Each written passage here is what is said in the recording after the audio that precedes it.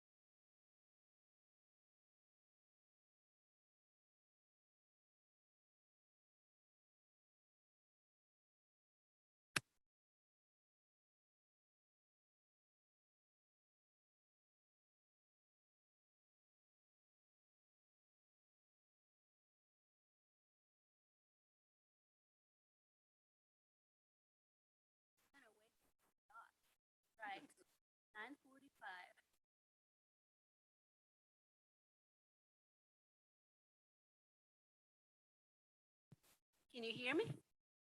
I'm not close enough to the mic. Thank you for telling me.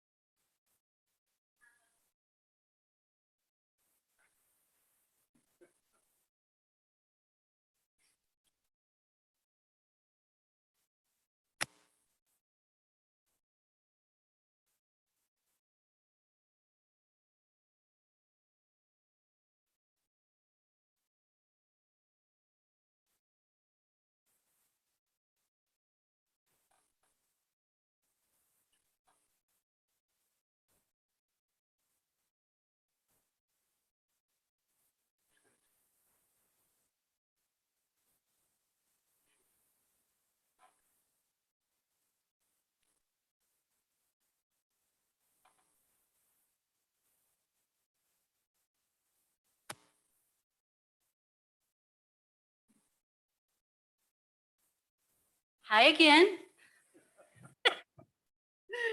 Now I'm gauging the distance, how much of a reflection. Welcome to our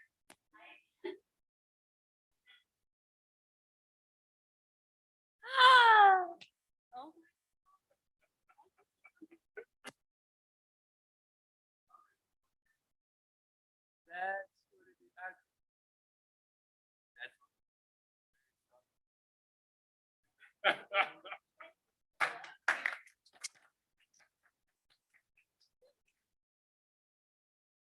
hello again. Is that good? Okay. Well, before we begin, our director and state historian, Dr. David Ware.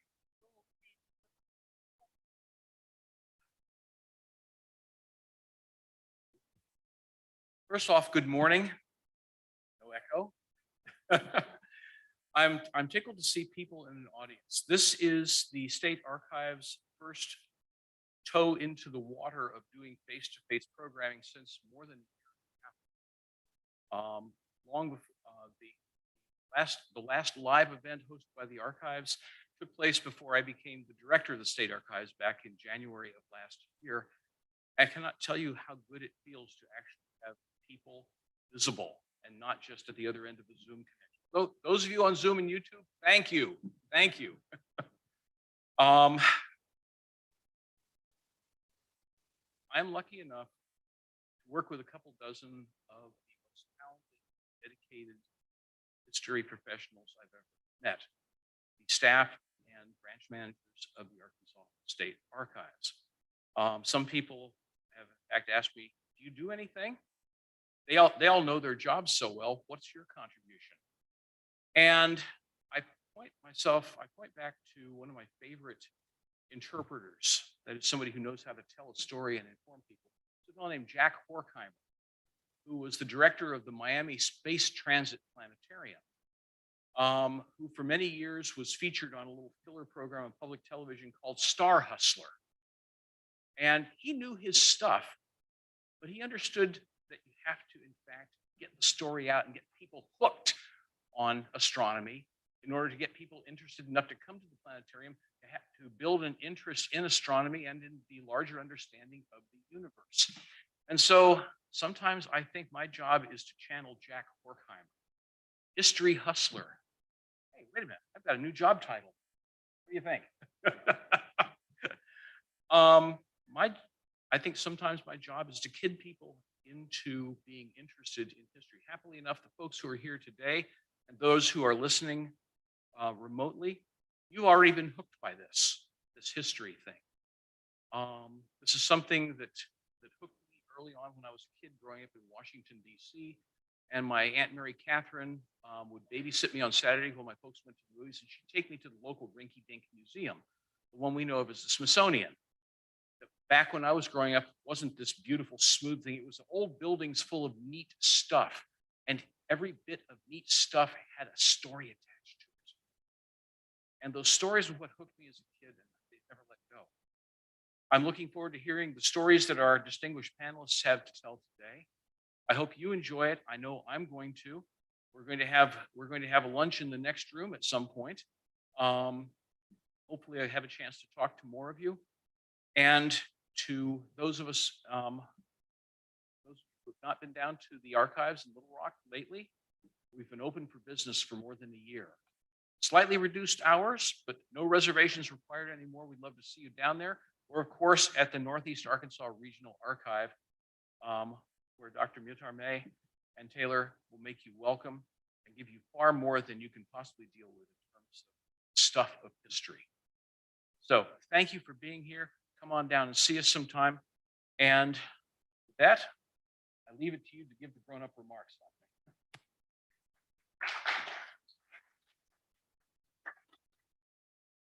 I've been told I have to keep a proper distance from to the mic.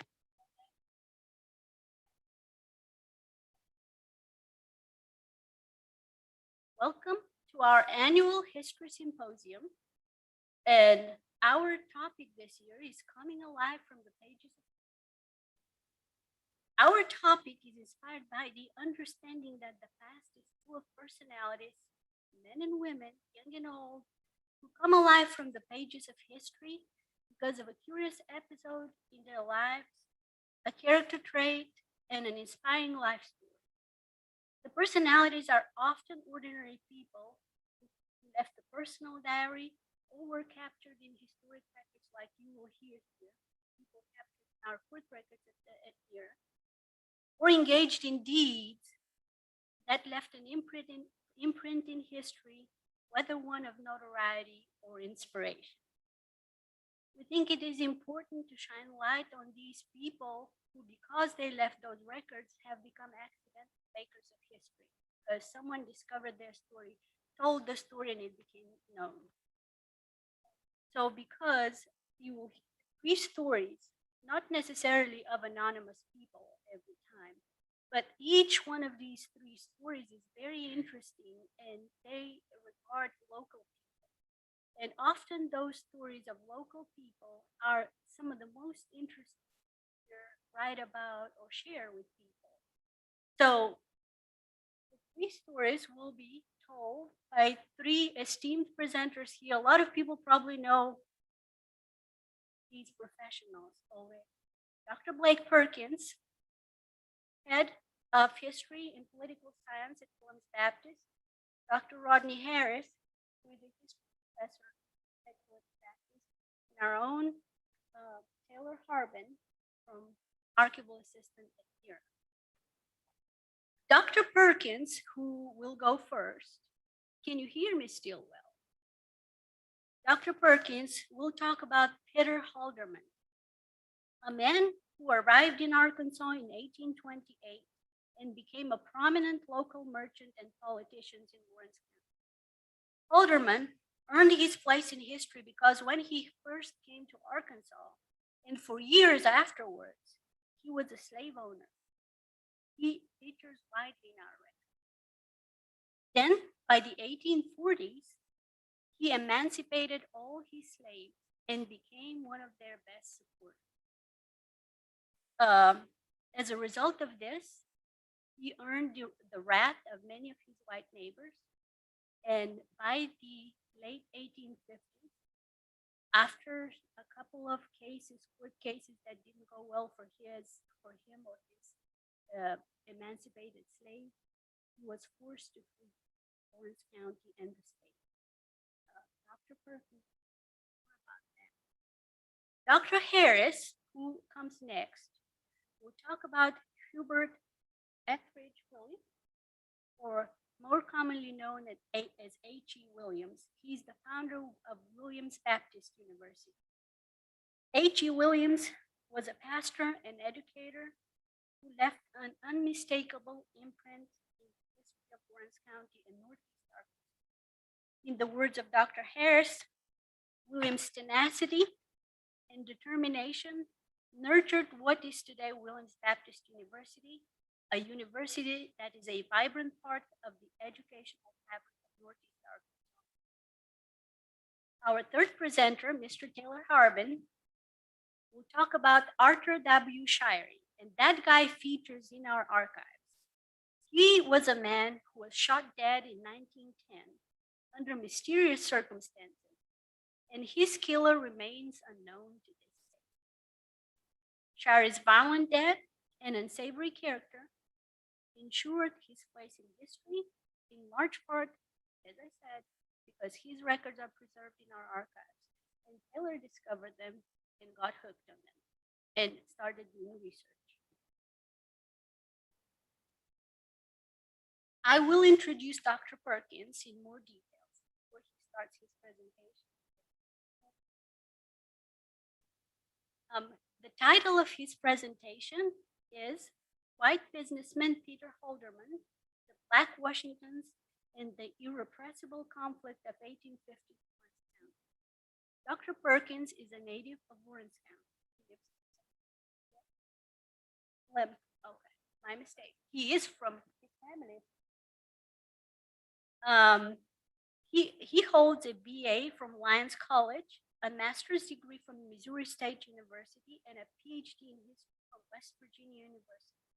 He's an associate professor of history and chair of the Department of History and Political Science at Williams Baptist University in Walnut Ridge, in case someone doesn't know where that is. Dr. Perkins is the author of the book Hillbillies, Hellraisers, Federal Power and Populist Defiance in the Ozarks, published by the University of Illinois Press in 2017. He's also the editor of another book called Yesterday Today, Live in the Ozarks, published by the University of Arkansas in 2020. He's currently writing an essay on how white vigilantes terrorized Black workers and their families in Lawrence County in the late 19th and early 20th century. It is an edited volume of history of night riding in Arkansas. And now I hope you enjoy the first presentation given by Dr. Perkins.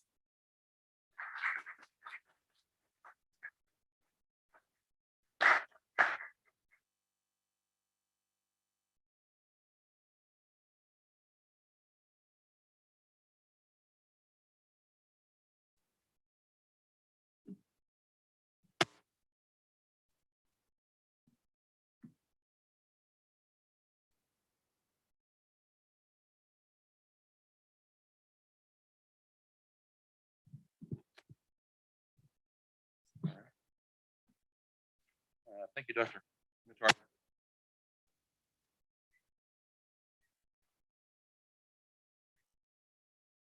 That better? All right, good deal. All right, I'm going to begin by talking about a local white businessman from Lawrence County named Peter Halderman. And I came on to this name a few years ago when I was going through some old abstract books from our family farm located on the Strawberry River near Smithville, and noticed that name as the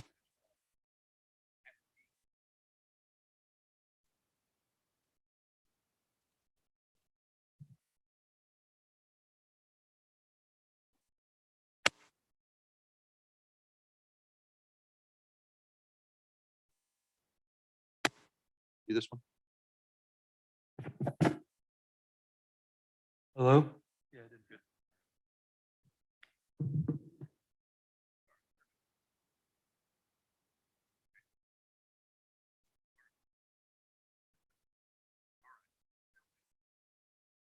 Still on? I can come. Okay, I'll go with this one. How's that sound? Is that better?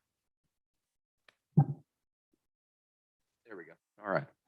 Okay. Anyway, I was looking through those old abstract books, land records from part of our family farm there on the Strawberry River, and noticed that Peter Halderman filed the original land patent for part of what's now our family farm. And then about that same time, I was working with a group, still am, called Erasing Boundaries. It's kind of a team of historians, historical preservationists that were really diving into the territorial period before statehood. And this Peter Halderman's name just kept popping up over and over again in local records. And come to find out, he was quite a mover and shaker in local economy, local politics, at least for a time.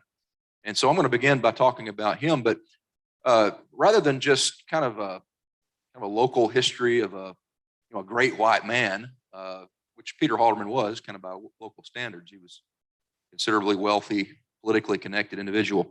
What's, I think, most fascinating about Halderman is by following his trail, we're able to catch some glimpses of what seems like a very unusual relationship that he had with his former enslaved people and eventually free African Americans, two of which we know by name, George and Nancy Washington. And I'll talk more about them later, because it's pretty rare to be able to, rather than just being a number as a slave, right, listed on a census schedule or something like that, it's pretty rare to be able to find out just who these people were, what their experiences were like. So anyway, by following Peter Halderman, we're able to do that somewhat.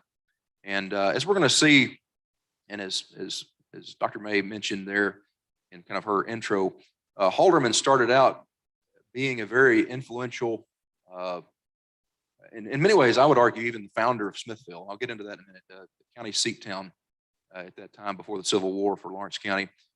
So very politically connected, very influential.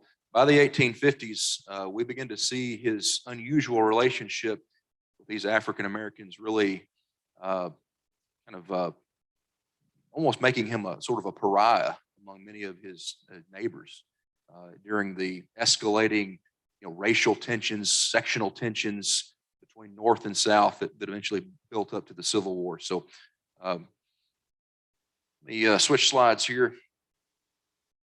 I can trace Peter Halderman back, most likely with a name like Halderman. He was born of parents of German descent, but you can trace him back. He was born in Pennsylvania, and we really pick up the trail on Peter Halderman in the St. Louis area of Missouri in the 1810s, and he shows up in several of those early St. Louis newspapers as this young up and coming businessman there.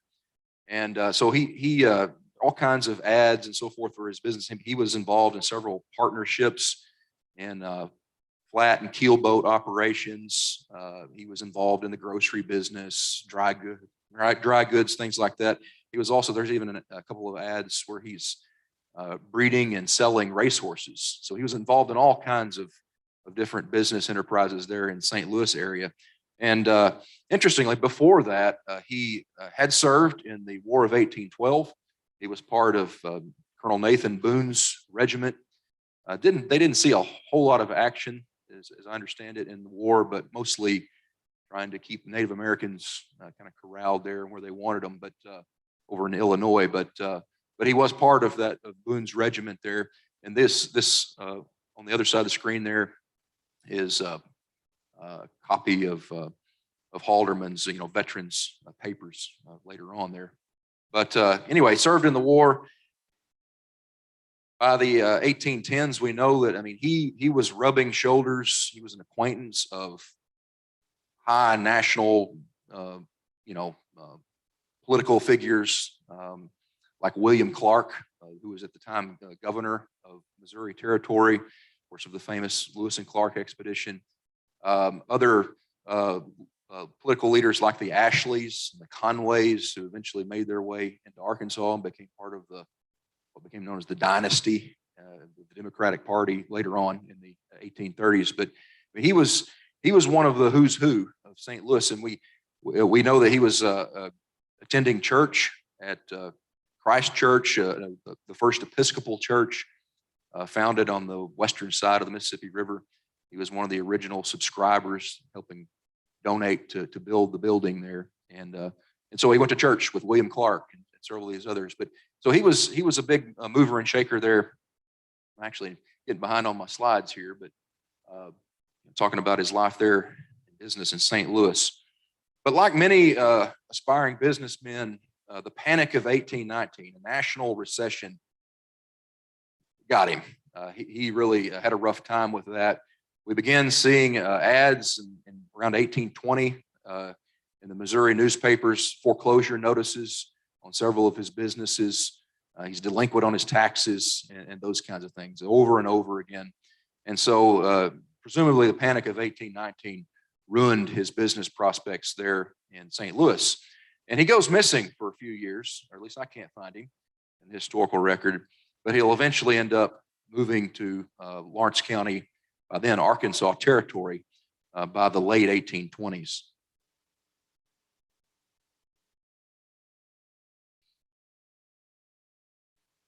First record we have of him in Lawrence County is he had to have a merchant's license. He was going to set up a mercantile. Actually, he probably bought an existing mercantile on the Strawberry River there. But in December of 1828, in the local Lawrence County court records there's an entry where he had been granted a merchant's license to operate. And so he was probably there before then, but he got a merchant's license in December of 1828. And in 1830, he filed the official land patents on these pieces of land shown right here in section 7 and 8. I forget the township and range off the top of my head. I should know that. That's section 8 is now part of our family farm there. But anyway, he had both sides of that horseshoe bend of the river, which is pretty fertile bottomland. And so he was undoubtedly probably not farming himself, but we know he did have slaves. There's an 1829 sheriff's census that shows him owning 1 slave. And then in 1830, I believe he had 3, maybe 4 slaves. So he did have slaves probably working the land there for him. But his main enterprise was that mercantile that he established there on the Strawberry River. And I should mention this area right here of the river, some of you have probably heard of Henry Rowe Schoolcraft, one of the early explorers who came through Arkansas, Missouri. There was a main part of the road that came through this area, the road being the road that led from the St. Louis area down into, to Texas now. And so this was, in some ways, this was on the interstate highway, you might say, or at least a part of the route. And so that's why he wanted to locate there and establish a store at that site. He was also involved in real estate. He was a savvy businessman. He was constantly buying land, selling it, reselling it, and so on. And he didn't hang on to the eastern side, which is, again, part of my family farm, for very long. Just a couple of years, it looks like. He did hang on to that on the western side for a little while longer, but eventually he moved upriver a little ways, probably because the road changed. The crossing probably, they moved the crossing of the road, and he wanted to have his store along the road. I'll show you some pictures of that in just a minute here. In fact, I think it's the next slide. But anyway, he patented this land with the U.S. government in 1830. In 1832, he was appointed postmaster, the first postmaster in this general area. It was called Strawberry River Post Office. And so he became the first postmaster there. So he operated that post office out of his store, as was usually the case. And we don't know for sure, but judging by other records, he most likely, at least eventually, established a mill because he was buying, corn and grain and cotton and eventually timber from area farmers. And so he probably operated a mill there as well. He did have I mentioned some other records where we can kind of look at his business dealings. He, in July 1831, about a month before Nat Turner's rebellion, if you're familiar with that, big slave uprising in Virginia, about 1 month before that happened, his next door neighbor, she was a widow named Polly Hillhouse, was shot and killed by one of her young slaves. His name was Jarrett. And that's, I wish I had more time to get into that. That's a whole other story there. Probably more interesting than the one I'm telling you, but I have plenty of time. Well, okay. But anyway, she was shot and killed, and he was eventually caught, hanged. But Halderman comes into the picture there because Polly Hillhouse owed him money whenever they were settling the probate. he submitted a copy of his store ledger, showing the business he had been doing with Polly Hillhouse, again, his next door neighbor, just up the river, just a few hundred yards up the river from his store site.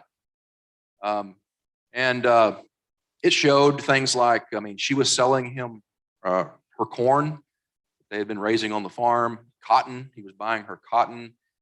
And in exchange, he was selling her cloth goods. She did washing and sewing and so forth. So there was a lot of that on the ledger. And there's also probably the most interesting thing there. Well, one of the most interesting things I think is that, and this is getting more into the Polly Hillhouse story, but when her husband had died in 1820, more than 10 years before, in that probate, they were growing a little bit of cotton, but not a lot. By 1830, that's mostly what apparently she was growing and selling was cotton. So anyway, that's kind of some history of agriculture there. You're seeing that creeping in of King Cotton in the South more and more there. So that's interesting. But probably the most interesting thing, though, that I found was that she was hiring out her slave, Jarrett, to Halderman, and also her own son to do hauling for Halderman. So they were probably hauling grain and other agricultural produce for him there. But she was getting credit for that on the ledger. So they were hiring out that slave and using him there. But anyway, so we see that some of his business activities, unfortunately, in that very horrific case there. But anyway, put these pictures up there a few years ago, and one of the students is here today, Joe Hutchison.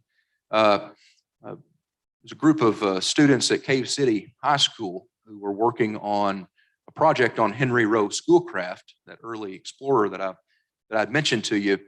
And we know, again, that Schoolcraft came right through this area. We can pinpoint to the spot where his feet walked, although, by the way, he was limping when he came through here because he had sprained his ankle after he left Batesville and had to stay. And he was very angry about that. He had to stay a few nights and along the Strawberry River so his ankle could heal up enough for him to go on. But anyway, it was about the same time I was working on this Peter Halderman research. And so they came out to the farm there and showed them around. These are photographs of, and by the way, I should mention those students, some of them won some awards, I believe, for a documentary they did, and the Butler Center for Arkansas Studies kind of featured them in their summer program that year. So they did a really good job with the research on this. But anyway, these are photographs of some of the remaining kind of architectural sites on land that Halderman owned. This was part of that original land patent I showed you on the previous slide. Some archaeologist texts with the Arkansas Archaeological Survey came out a few years ago and did some work there. But they confirmed that these are antebellum structures here. We don't know for sure that they were Peter Halderman's, but most likely they were. They were up on the high spot of that land, probably where his store was. And the archaeologist texts as they were doing their thing there, the pictures don't really do justice, but this was a dwelling house, but they said it was too big to just be a dwelling house. There were other stones there that probably indicated this was a store site. So this is very likely, at least probably the first store that Halderman owned. We know he moved on up the river a few years later, but this is likely the store site. And you can see up in the corner there, an old cistern that was made, and they can tell by looking at it, this was made by hand. The brick probably made by slaves there. So anyway, but a few years later, he sold part of that property and moved upriver, again, likely because the crossing of the river changed. River gets up, floods it out, and you got to change your road. And this down here in the bottom corner, I should point at it, should not get a pointer. This is the site that he ended up at and was at, and at least until he eventually moved to Smithville, which we'll talk about in a minute. But this site was later owned by a local businessman named Wiley C. Jones, but Halderman probably sold it to him, or there may have been another buyer or two in between them. But but Halderman was on that side originally. He bought that later on and operated his store there.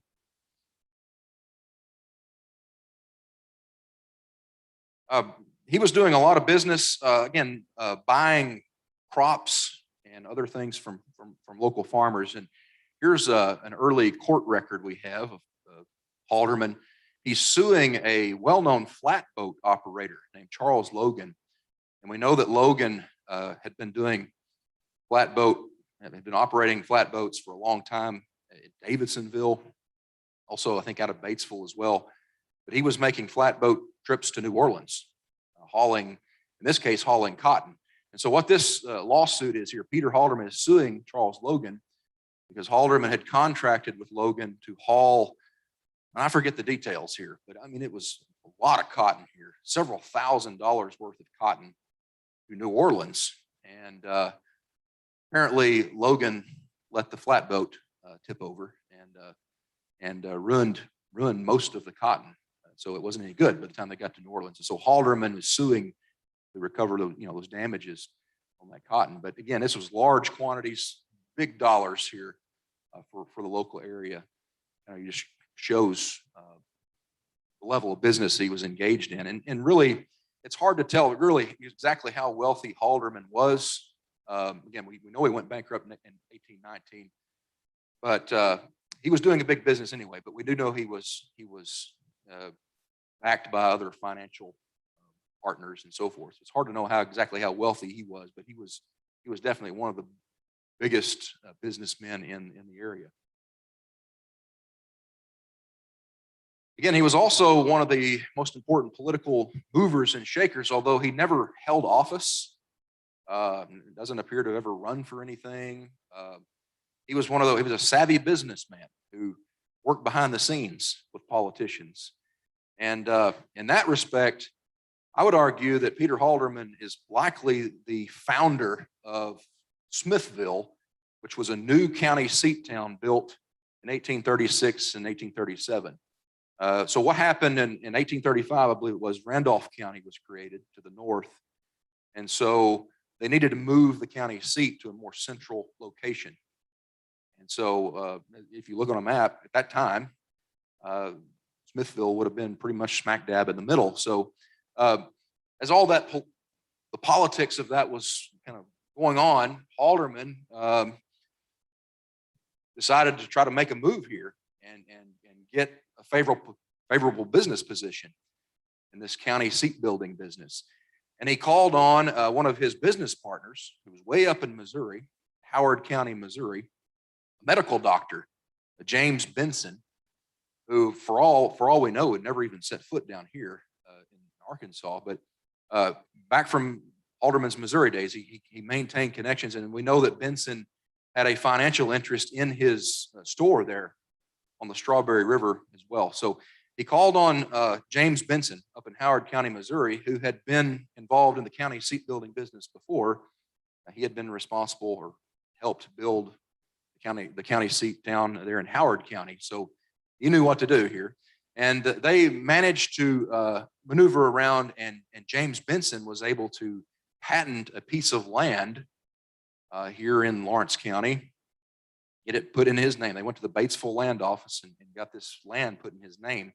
And he turned around and, maneuvering with some of the local political leaders, donated the middle of that piece of property to the county for locating the new county seat there. And so Halderman was, again, he was on the ground here doing that, right? Getting all that done. It was done in Benson's name, but it was Halderman doing that. And so this was, I find this interesting. I put this comment here because this is right in the middle of some really hyper-partisan politics, which we know a little bit about today, right? In the 1830s, we've got two new political parties. We've got the Democratic Party, and we have the Whig Party. And as it turns out, many of the original county political leaders ended up being Whigs.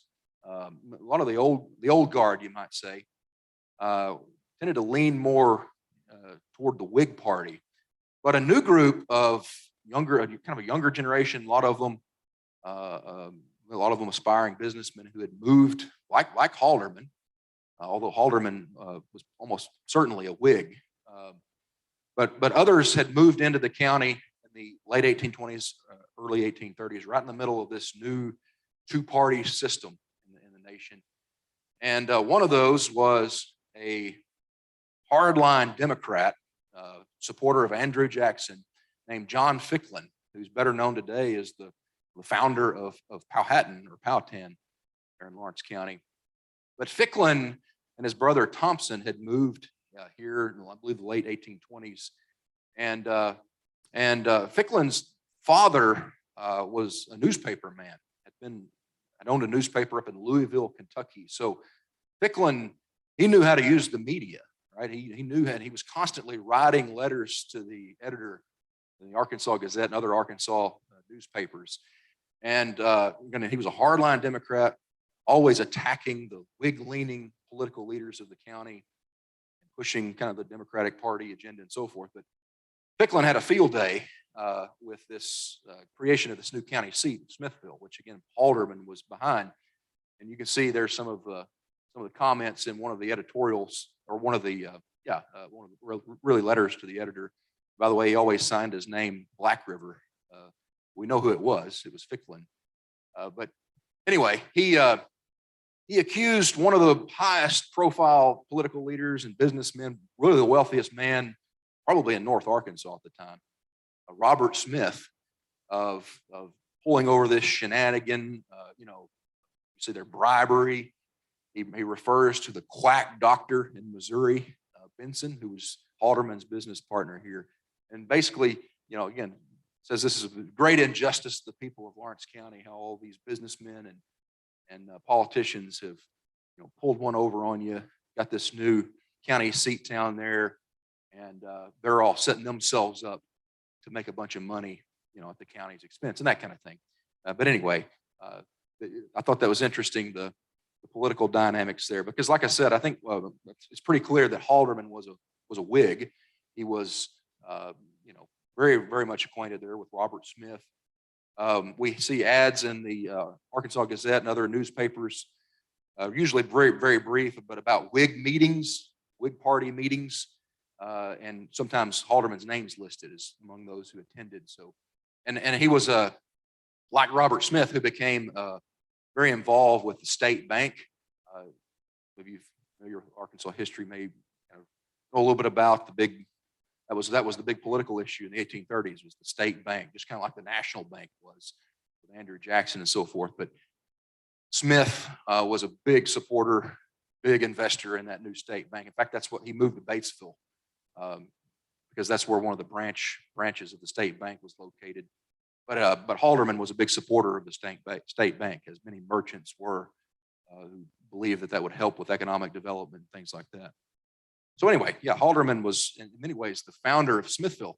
And guess what? By the late 1830s, early 1840s, guess who ends up getting a big chunk of that land surrounding the new county seat site? Peter Halderman. Benson signed most of that over to Peter Halderman. And so Halderman was set up very well there to sell that land as the town grew and developed. And so forth. So again, quite a mover and shaker, quite a businessman, savvy businessman. That is a painting of what the courthouse in Smithville would have looked like there. That's another interesting story. I wish I had more time to go on. Sure. All right. When they were building this thing, of course, they contracted it out to be built, but there was a big lawsuit between the contractor and one of his laborers on building this courthouse in Smithville. And so apparently the laborer, who, as it turned out, I think was actually from Kentucky, or at least he went back to Kentucky after this dispute with his employer over building this thing, accused the contractor of not paying him his wages for helping build the courthouse. And, of course, that went to court. They submitted documents and so forth. And the contractor submitted all of his records saying, I did pay this guy what I owed him. Look at all the whiskey.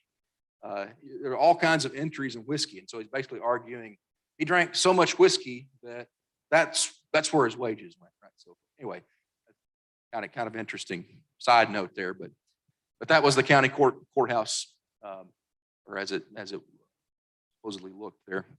We have accounts that said it was red, painted red, 2-story.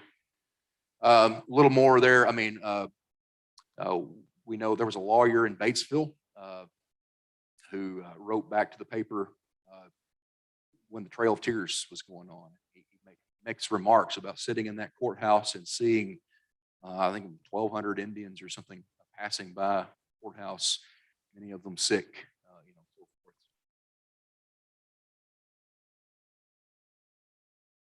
All right, but again, I think for all that, as interesting as all that stuff is to me, but I think it's his, like I said earlier, his kind of very non-typical relationship with African Americans that really makes this an interesting story. As I mentioned earlier, he enslaved people. He had slaves when he moved here from Missouri, and the numbers grew apparently during the 1830s. But by the 1840s, we begin to see records of him seemingly kind of developing this, again, non-typical relationship with African Americans. We know that, in fact, the 1850 U.S. Census slave schedule shows his name on there, but it says emancipated. He had emancipated all of his slaves by 1850, and had probably done that even before then, but that was when the census taker came around, right?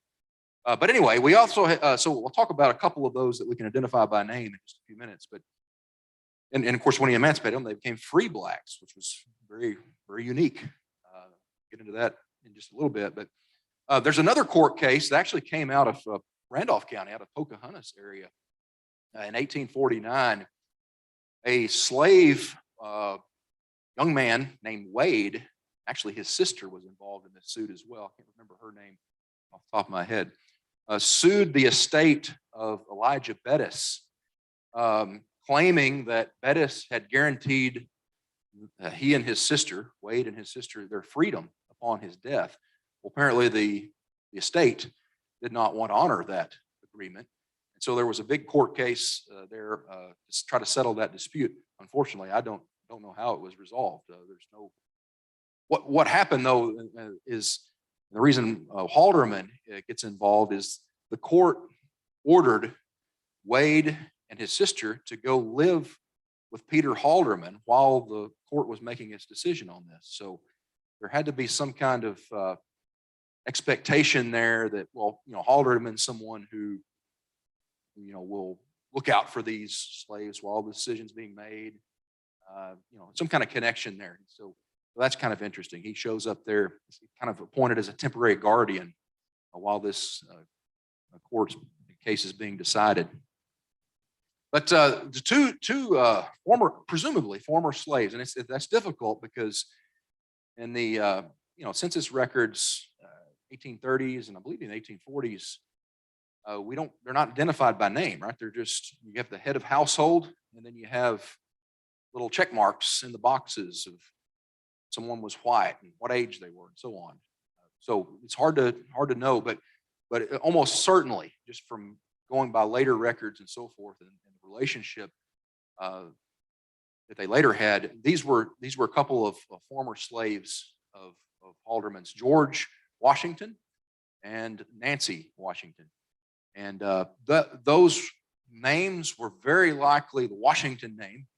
That was a very common name adopted by African Americans upon emancipation. That was just like Freeman was. A lot of African Americans took the name Freeman when they were emancipated, but Washington was as well. It was a very common name, so it likely was not their name when they were slaves. This was celebrating adopting a new name. Was a way to celebrate their emancipation. But anyway, one of them was George Washington, and another one, Nancy Washington. Both of them apparently continued to work for Halderman even after they'd been emancipated. Well, we know that Nancy did for sure. She took care of his household affairs and so forth, of a domestic servant of sorts. George Washington, we have a record. Make sure I'm not getting ahead of myself here. No. We have a record of him actually purchasing a town lot in Smithville. Very, very unique. In the early 1850s, he was able to buy a town lot there. We don't really know what he went into business doing, but he owned property in town. That probably raised a lot of eyebrows for a black man, a former slave, to be buying property right there in the middle of the county seat town. And we're going to see what the rest of his life was, frankly, didn't go so well. We're going to see. But yeah, I don't know what the relationship between Nancy and George were. I don't know if at times I'm inclined to think maybe brother and sister. At times maybe even husband and wife, but I'm not sure. There's nothing that indicates that. Again, they don't show up in records. They're not in we know they were there, but they're not in the 1850 census. They're not in well, I'll talk later about the 1860 census, but there's nothing really on them to know what their relationship was like. Okay, well, that's a turning point. By the time we get into the 1850s, we're going to begin to see this unusual relationship between Peter Halderman and these now free African Americans in the area, really beginning to cause a lot of local whites to be quite suspicious of Halderman here. Of course, we're right in the middle, big compromise of 1850 that at that point almost tore the nation apart before a political compromise could be reached over California and a new fugitive slave law, kind of kicked the can on down the road. But at that point, we began to see this ratcheted up rhetoric, North and South, over the slave issue, especially slavery issue. And we really in the South, we begin to see this really a new political culture of Southern nationalism. It's really strong pride, very, very much tied to a pro-slavery argument, and just sort of positioning itself opposite of the North, which in this culture believed it had gone astray, led the nation astray. So it's in the middle of this ratcheted up political rhetoric, sentiments, and by the way, it's not that much different from today, but in this time, if you were a Democrat, you read only Democrat papers, right? If you were a Whig, you read only Whig papers and so forth. So it's real similar to today. But anyway, the fans are just being flamed by this ratcheted up national rhetoric, this divisiveness, this new resurgence of racism. And as we're going to see, free African Americans especially are not going to fare very well at all in this kind of Southern nationalistic culture. And we'll see what ends up happening to the Washingtons in just a little bit. But here's just a couple of other, these are national, not local Arkansas stuff, but just to illustrate this point of the this escalated political partisanship from North and South that was dominating everything. Even in a place like Smithville, Arkansas. All right. I mean, this is happening in Washington, D.C., but this is being felt everywhere. And, everyone seems to be taking a side here.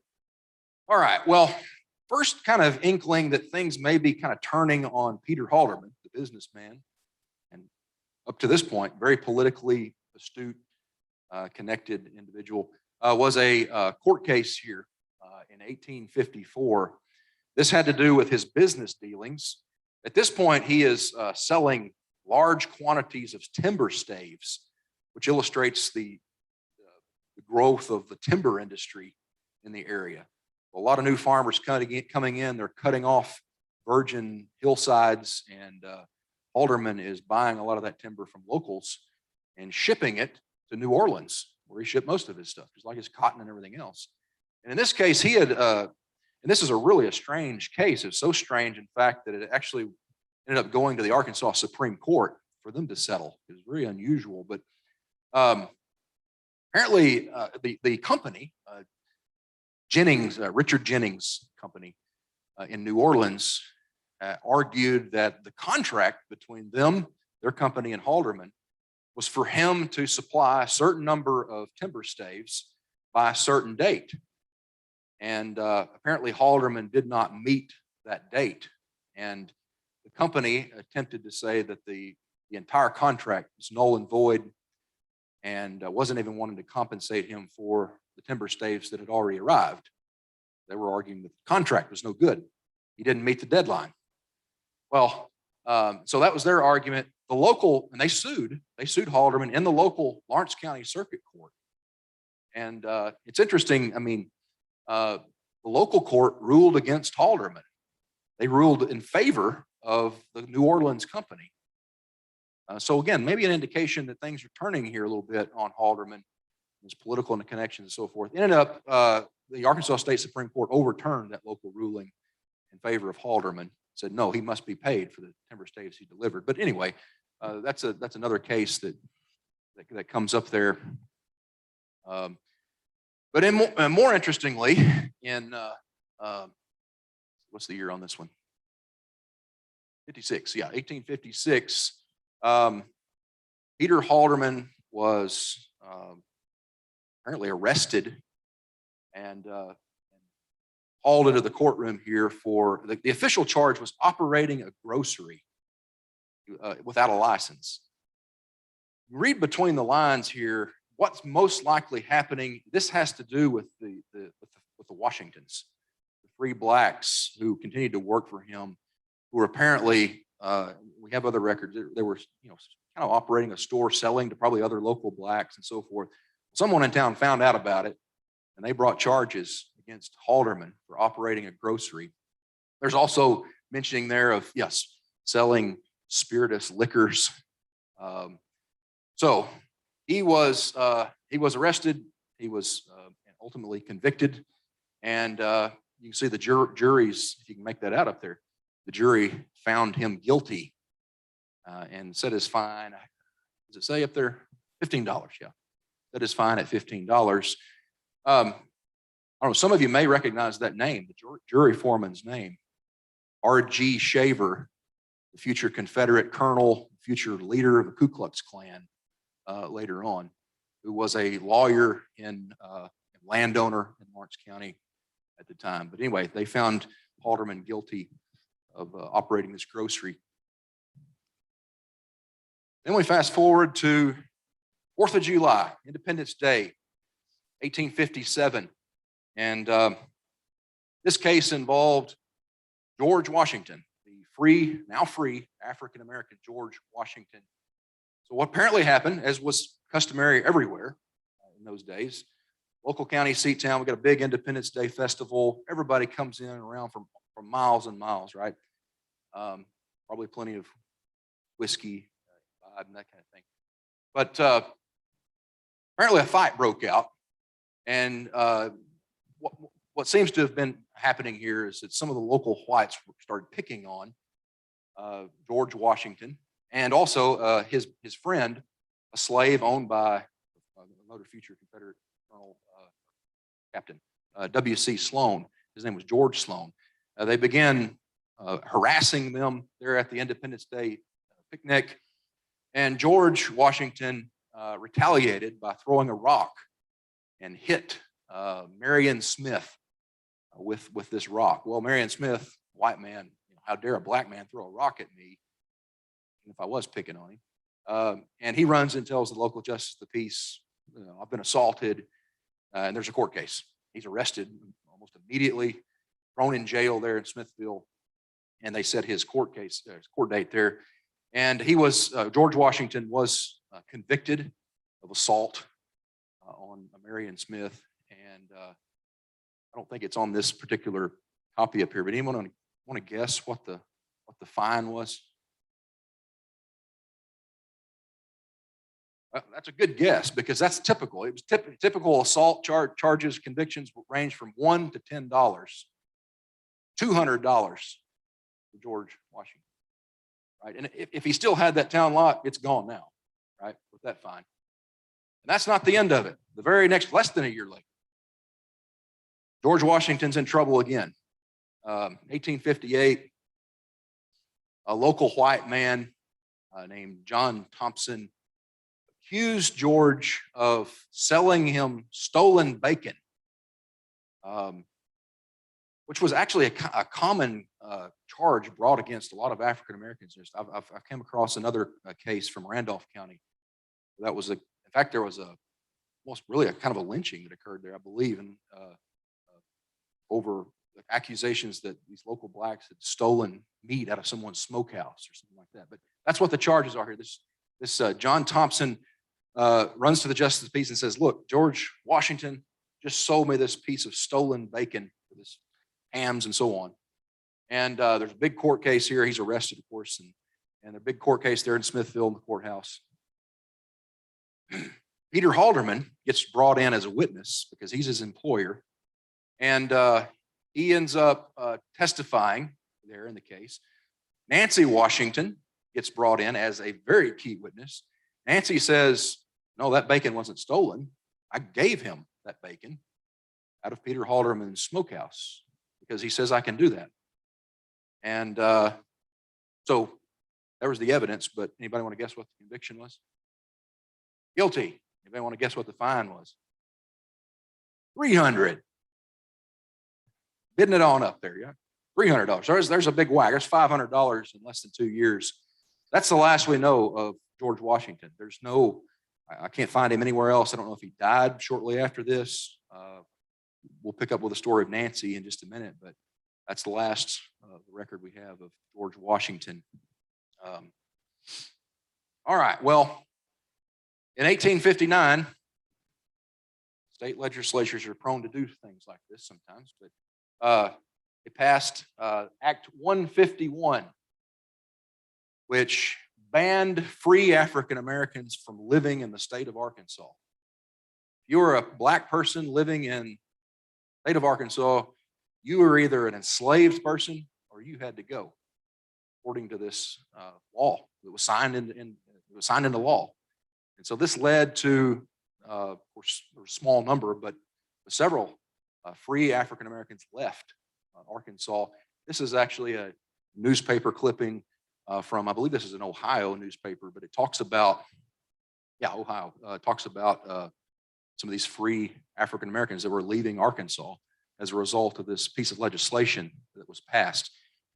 It was either this or that 1858, explosive 1858 court case with George Washington that led to Peter Halderman apparently saying, "Okay, we're getting out of here." And so he and Nancy Washington and her children up, and they left Smithville. They headed to Randolph County, Missouri, Sparta City area, Illinois Free State. And that's where they are in the 1860 census. So there's a image of the census record there. You see Peter Halderman, now 77 years old. He's listed as a trader, so he's still in business somewhat there. You see Nancy Washington, 59. See the B there listed as black. And then you can see some of her children and so on. There's also another black man, John Henderson. There were some Henderson slaves in Lawrence County, so I wonder if he was one of them that went with them when they left. But anyway, so there's, I should point out, so that you see Nancy's 59 at the time. We know Esther, actually Esther Ann, from other records, it was her daughter, 23 at the time. Hang on to Esther Ann. 1870, Halderman's still alive up there in Illinois. Although 84, I'm not sure. Anyway, the dates there, probably more like 87. But anyway, he's listed there as a farmer.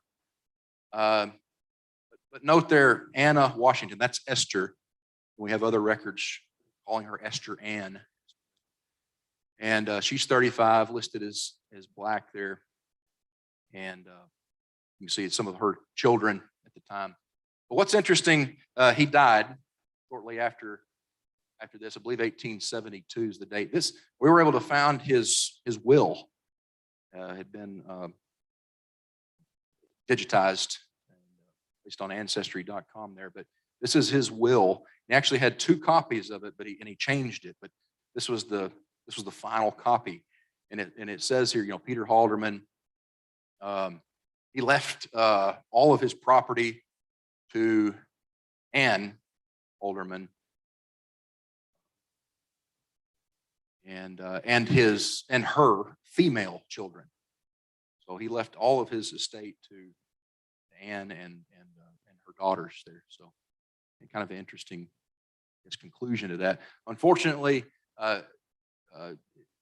we lose Anne after this. She married apparently, and I just can't find her in the census. I can keep digging, but not been able to find much on her afterward. But anyway, kind of very unusual, right? That he would have left his entire estate to Nancy's daughter, his former slave, right? All right. Well, I believe that's all I've got. I think I'm about out of time anyway. So, all right, good deal.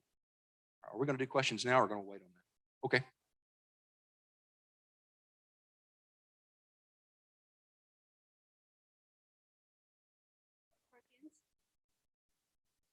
And we have 15 minutes for Q&A. If you have any questions to him, please go ahead and ask.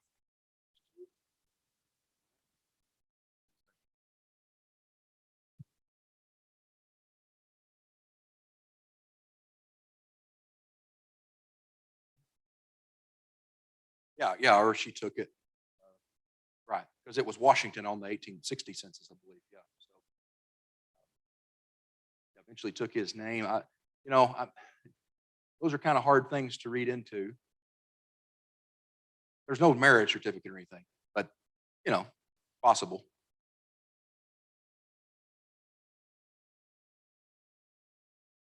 Very possible.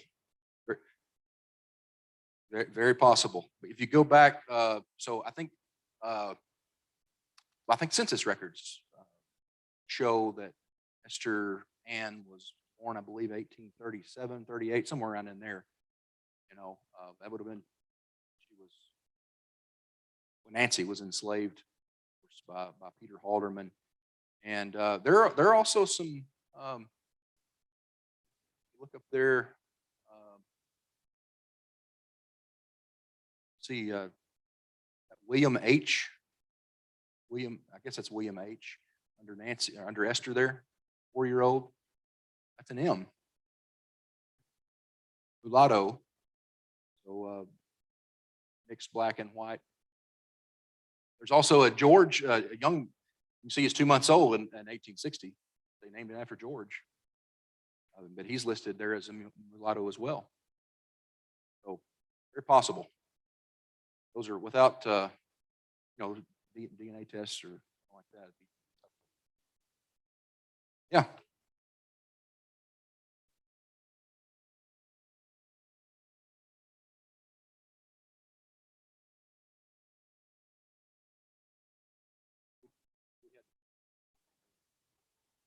Do you have a question?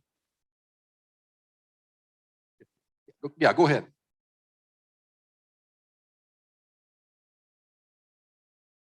Okay, yeah.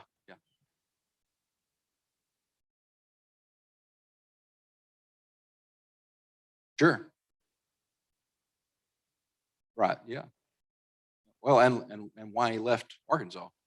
I mean, he was so attached, right? Yeah, sure. I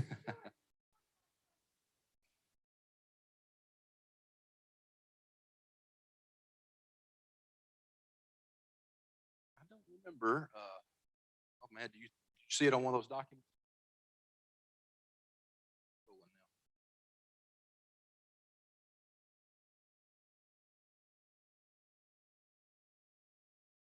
Try that. Right here?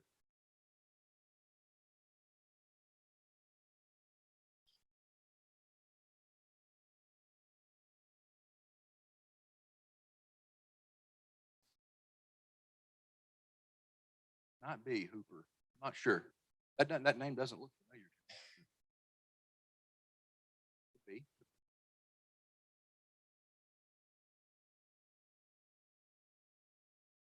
Right. And that's another thing I should point it out. That's true all over Arkansas. The 1850s was a time of major in-migration. New people came. I mean, let me go shaver. He was new. He just came not too long before that, right? He was a relatively new immigrant. Another, Milton Baber, who was another lawyer, played a major role in the Confederacy. He was a recent immigrant. He hadn't been around in Arkansas very long. So there was a lot of people coming in, new people coming in time.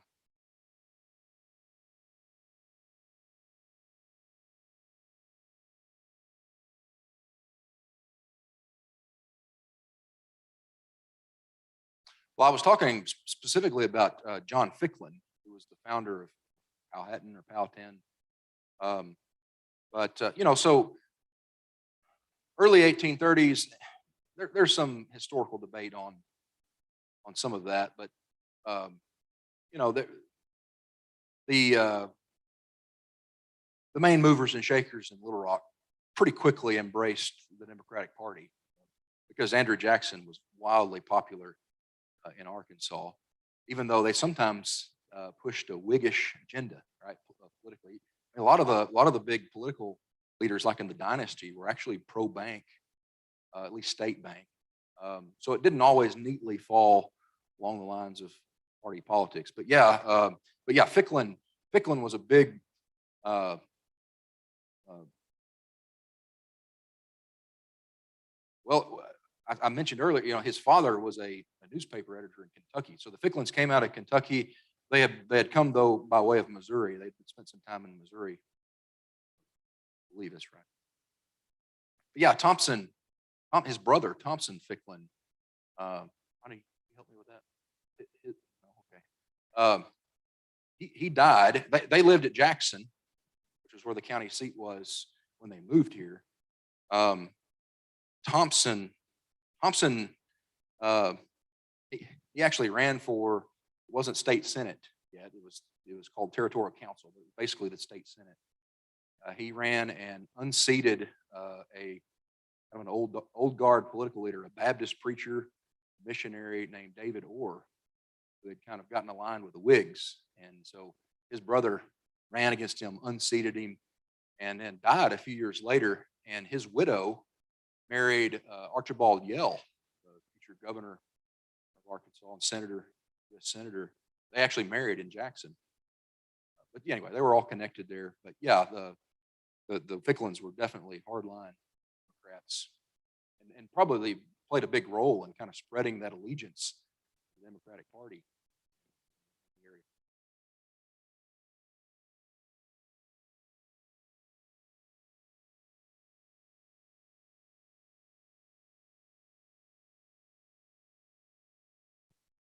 Is that before it or after? That's it. Here we go.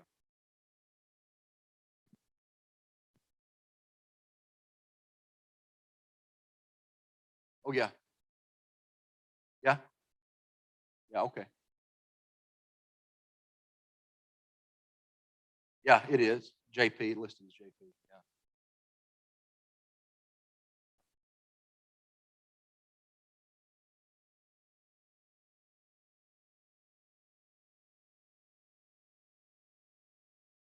Sure. I think we got a question here. Yeah.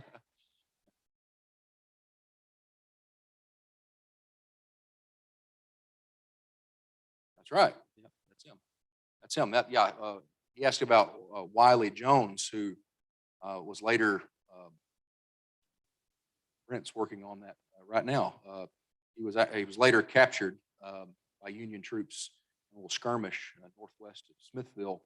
But that Wiley Jones, that's the same Wiley Jones that ended up owning the Strawberry River property there that Halderman had owned. Probably had built the first store on, possibly even mill. So there may have been, again, there may have been some buyers in between, but Wiley Jones ended up with that old Halderman property by the time of the Civil War and after. Yeah.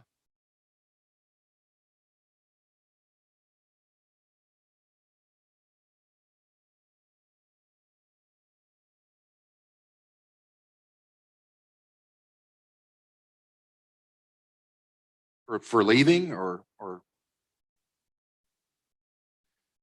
Yeah, that's right. It seems like, yeah, it seems like, again, those court cases turning against him, he's being hauled in, arrested for operating a grocery. It seems like he was being probably harassed quite a bit. It's interesting in the case, the 1850 case, George Washington, accused of stealing bacon. Alderman on the stand, that's one of those rare cases where we actually do have some transcript there of his statements. Probably not word for word, but anyway, court reporter was doing their best. And his he is really, you can tell, you can read into that. He is really trying to toe a line there. In fact, he pushes back on Nancy's claim that she got up on the stand and she said, "No, I gave that bacon to Peter Halderman. Peter Halderman, I mean to George Washington. Peter Halderman, I manage his smokehouse. I manage his household affairs. He gives me permission." He got up there and said, "Well, no, she's my domestic servant." He was kind of pushing back on it. He didn't want it to look like it was too unusual, right? He wanted to kind of at least leave the appearance that she was pretty much a slave if she wasn't. So yeah, he was pretty timid when he got up there on the stand. It may indicate he was trying to kind of, again, toe the line. All the local lights there.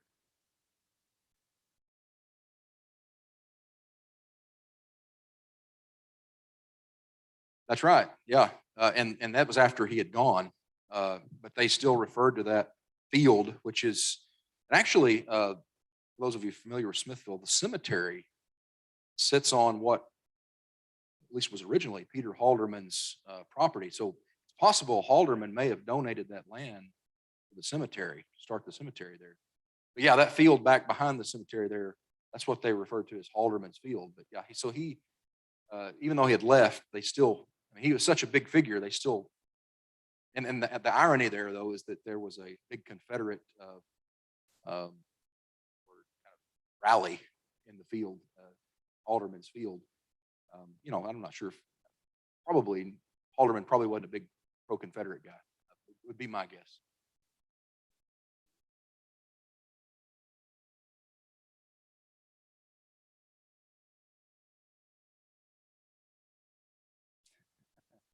All right. Well, thank you.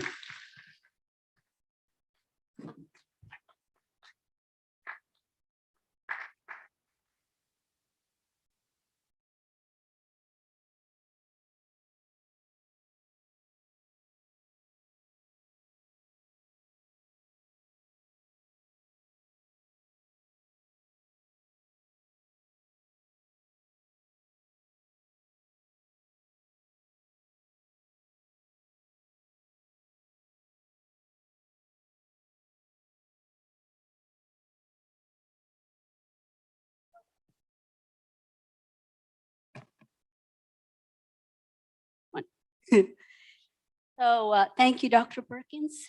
Um, we have 2 minutes to spare if anyone wants to go to the ladies or gentlemen's room. Now is the time. Or you want to get up and stretch your legs for a couple of minutes before we resume.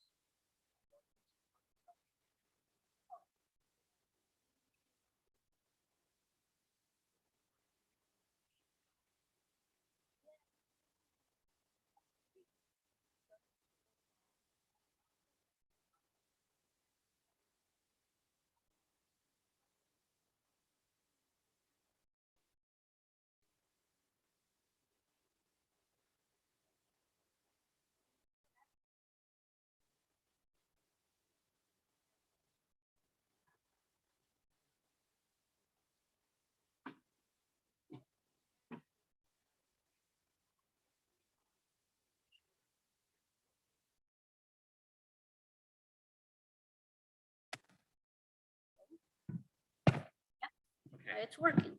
It's working right now. It goes on. Let's see. Let's see. Apparently you have to speak directly into the thing. Possibly, but you have to get also really close to your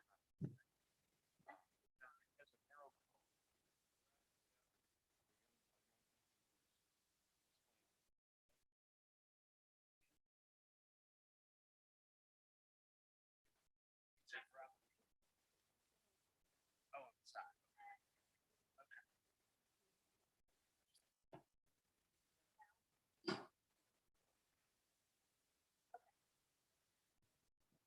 Can everyone please go back to their seat? The 2 minutes are up. Please.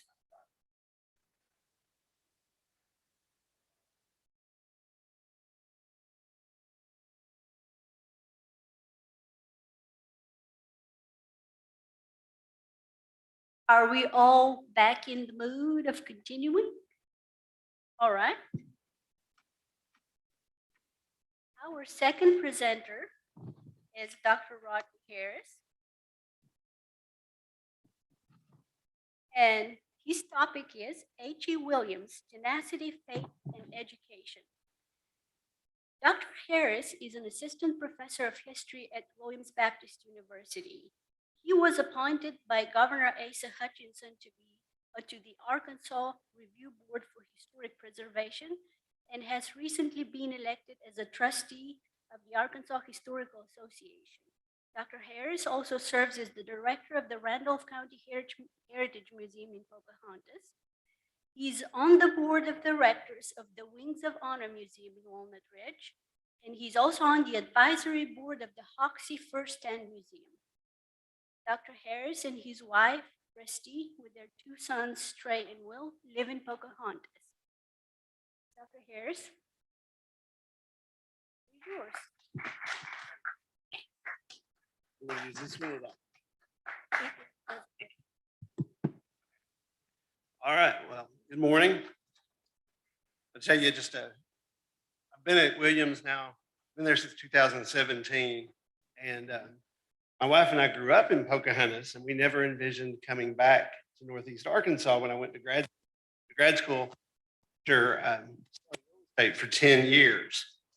And one morning I was sitting in my house in Fayetteville and I was looking at job ads. Academic jobs are not easy to come by.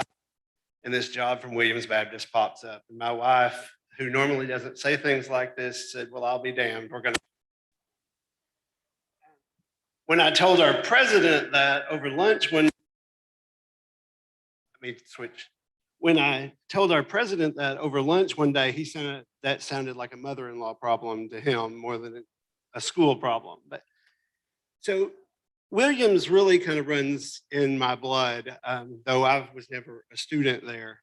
I'm unusual in the fact that I am a 4th generation college educated Arkansan. That is still unusual in Arkansas. I'm also a 4th generation teacher. My grandfather taught in one-room schoolhouses, went to what is today Arkansas State. My grandmother went to Southern Baptist College, what's now Williams, and both of my parents went to Williams as well. So Williams is kind of part of my family, even though I'm not an alum. So that brings me to my topics of discussion. I specialize anymore in how politics and religion intersect is how I like to describe it. I'm a political historian. I wrote my dissertation about the 1874 Constitution. I love politics and always have. And so one of the things I do at Williams is teach some religious history now as well. And so I've kind of tried to put those together. And hopefully soon you can read my first book, which is a biography of Congressman Brooks Hayes from Arkansas, who was congressman from Central Arkansas and president of the Southern Baptist Convention, which is kind of unique, a very unique character. So hopefully that will be soon. So H.E. Williams and Brooks Hayes cross paths fairly often, and kind of that's the connection here. So let's get started. In the summer of or in the September, I should say, of 2017, I had been at Williams for 1 month. President Tom Jones announced that the college would become a university. That sounds like a really big deal, and it is a big deal. It's not quite as big as they sometimes say it is. A lot of it has to do with what do the trustees want to name you and so forth. But this change had come after more than 2 years of planning and preparation. J.R. Cox, a local businessman and chairman of the board of trustees, said this: "The board was excited to see Williams make such progress and honored to be part of this momentous occasion. We believe the name Williams Baptist University truly captures the great work done by this institution." So in many ways, this small Christian liberal arts college, started by H.E. Williams, by Hubert Etheridge Williams, which I'll just typically shorten to H.E., had grown up in many ways. And I say the school remains a monument to H.E. Williams' drive, determination, and faith. So Southern Baptist College, go to the first slide, I'm gonna have to remember this.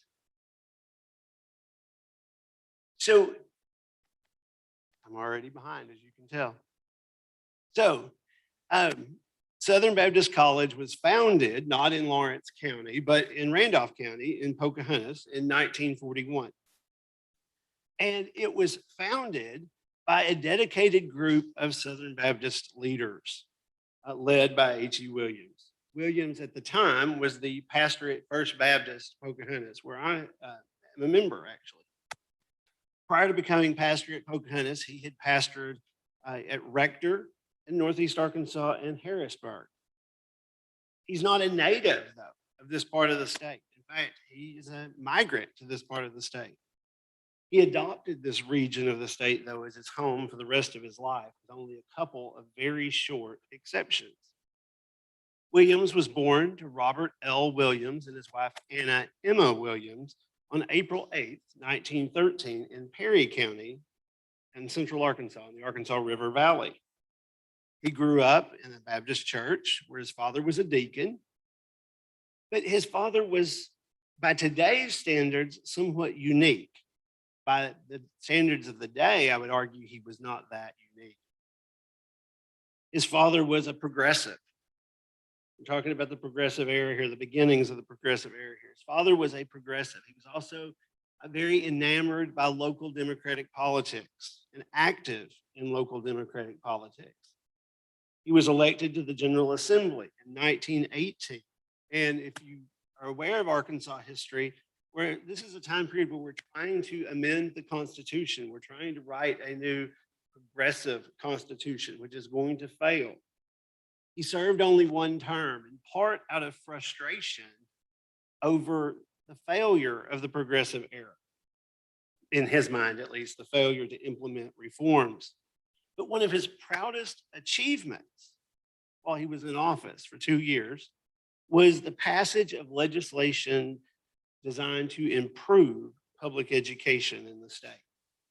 He and his wife both were advocates of public education. Robert Williams was also a member of the Farmers Union, and he advocated, along with other members of the Farmers Union, the creation of district agricultural schools that would be created at Russellville, Magnolia, Monticello, and right here in Jonesboro. ASU is, of course, the result of those efforts, as is Arkansas Tech and so forth. In fact, Williams and 3 of his siblings would later graduate from Arkansas Polytechnical College in Russellville. Today, that's Arkansas Tech. So Williams is part of a family of 6 children, and all 6 children achieved a college education. Highly unusual for the time. It's a testament to how committed to public education his parents were. So a little bit more about his dad. He's a native of Tennessee. That's not unusual in Arkansas. I can almost bet that if you have been in Arkansas long, your roots are going to be in Tennessee or North Carolina or maybe Kentucky. He's going to have come here as a migrant himself at the young age, at a very young age, I should say, and settled in a community called Rocky Crossing on the Petit Jean River near Dardanelle. He attended local schools and his education stopped in the 8th grade. That didn't stop him, though. He went on and got a teaching certificate and taught in local schools. He taught at a place called Creighton Bottom School for 2 terms before he joined the army to fight in the Spanish-American War. Excuse me. So 5 of his 6 children would become educators themselves. So 5 of those 6 children became educators. The 6th, a daughter, became a nurse. So we're talking about a highly educated family here. Robert Williams not only supported expansion of public education, he also supported the expansion of church-based educational facilities and institutions as well. And he did that because he believed we needed an educated ministry. Williams, like other progressives, sought to cure society's ills by promoting education and professionalism. The Williams family were members of the Casa Baptist Church, and Robert served as Sunday school superintendent for 28 years. In his opinion, these uneducated ministers tended to leave their congregations to maintain backward and fundamentalist ways. You see some of that probably today still. The divide between those who sought an educated ministry versus those who embraced fundamentalism would be one of the great divides in the Baptist world and would shape H.E. Williams' attitude toward education. So H.E. Williams graduated from Casa High School in 1931. He enrolled at Arkansas Polytechnical College in Russellville. But he had already surrendered, in his words, to the ministry. He knew he was going to be a minister. He thought he would be a bivocational minister, working a job, pastoring a church at the same time. He really didn't see a path in rural Arkansas for anything different. One of the people he meets, though, while he's at what's now Arkansas Tech, is the pastor at First Baptist Russellville. What's now First Baptist Russellville. It wasn't even First Baptist Russellville yet then, just Russellville Baptist Church. He meets Reverend Clyde Hickerson. Reverend Clyde Hickerson is one of the more educated ministers in the state at the time, with the exception of the larger churches in Little Rock, so as an example. Hickerson had a degree from Richmond University in Richmond, Virginia, and he had a degree from the seminary in Louisville, Kentucky. And so he's going to go to this Clyde Hickerman to get advice. What should I do with my life? I know I'm supposed to preach. I know I'm supposed to deal with education. What should I do? And Hickerman is going to urge him to approach a liberal arts education, not just a ministry or Bible education. And so this is kind of a defining moment for Williams. The rest of his career, he's going to pursue those 2 paths, both Bible education and what we would call a liberal arts education. Hickerson, by the way, interestingly enough, Brooks Hayes says he is the first pastor that the church in Russellville called that had any sense at all, is the way he put it. That they had all been pretty dogmatic and uneducated prior to that. And so he points to him as well. So Hickerman influenced several young men from everything I can find. He was married, by the way, to the wife of a missionary to Africa. So he had a different outlook in many ways, and some people have contributed to that. All right, so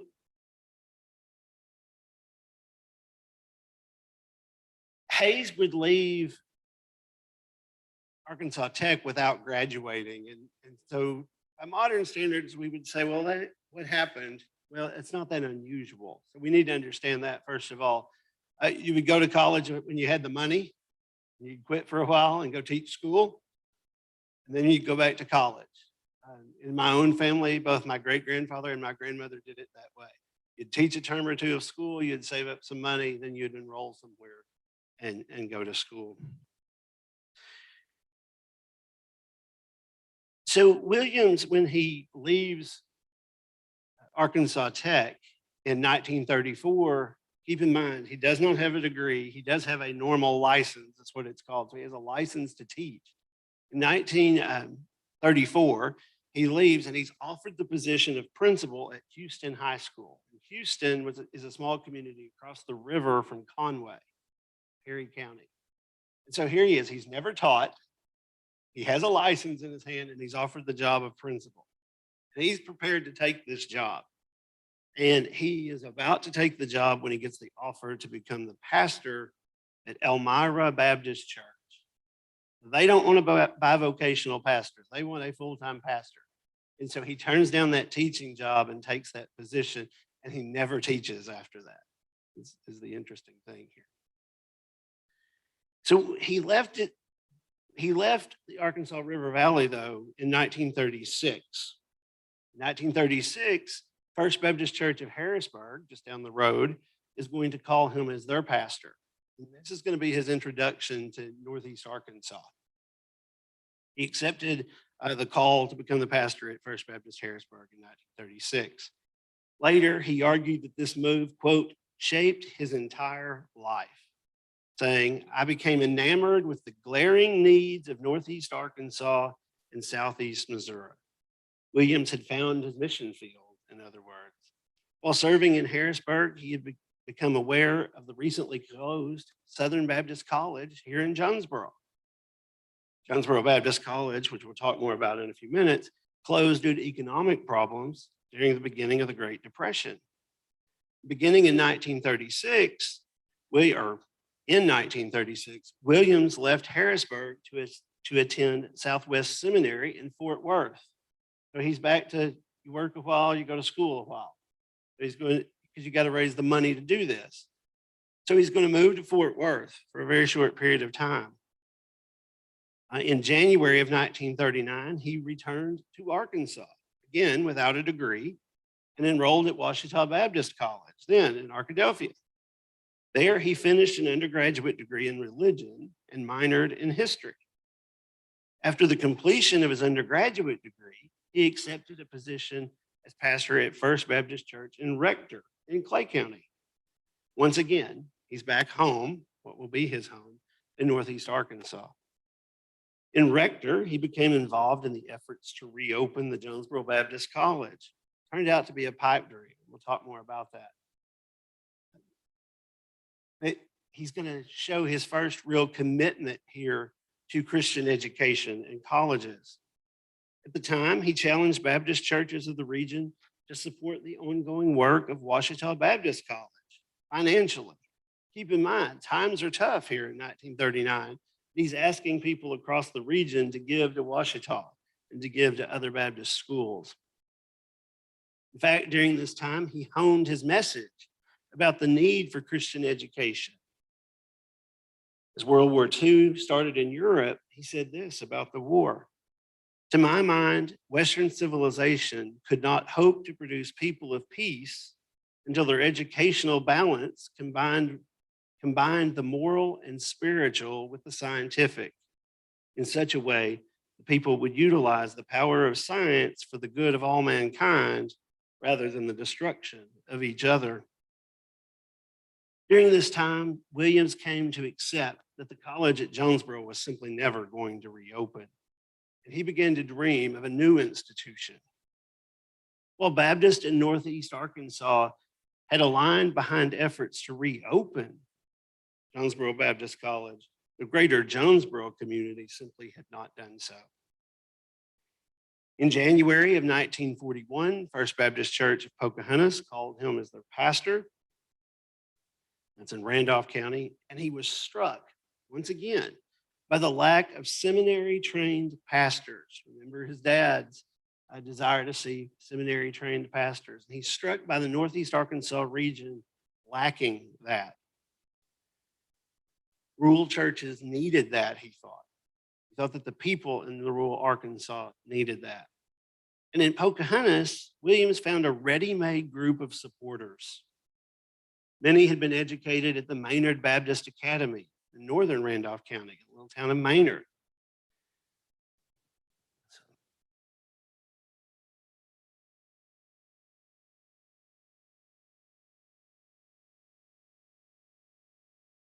So there had really been some efforts for quite some time to build Baptist institutions of learning in rural Arkansas. And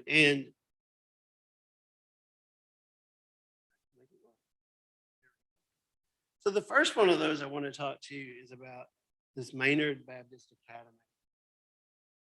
Maynard, by the way, is right up on the Missouri border in northern Randolph County. So Arkansas Baptist had long sought to establish educational institutions in Northeast Arkansas. Many of those who assisted Williams in building the school eventually had been part of those efforts. In 1894, the Abbott family established a private institution at Maynard in rural Randolph County. Eli Abbott was a land speculator and farmer who had made a small fortune speculating in the Foshee River bottoms and the Current River bottoms, selling land and farming.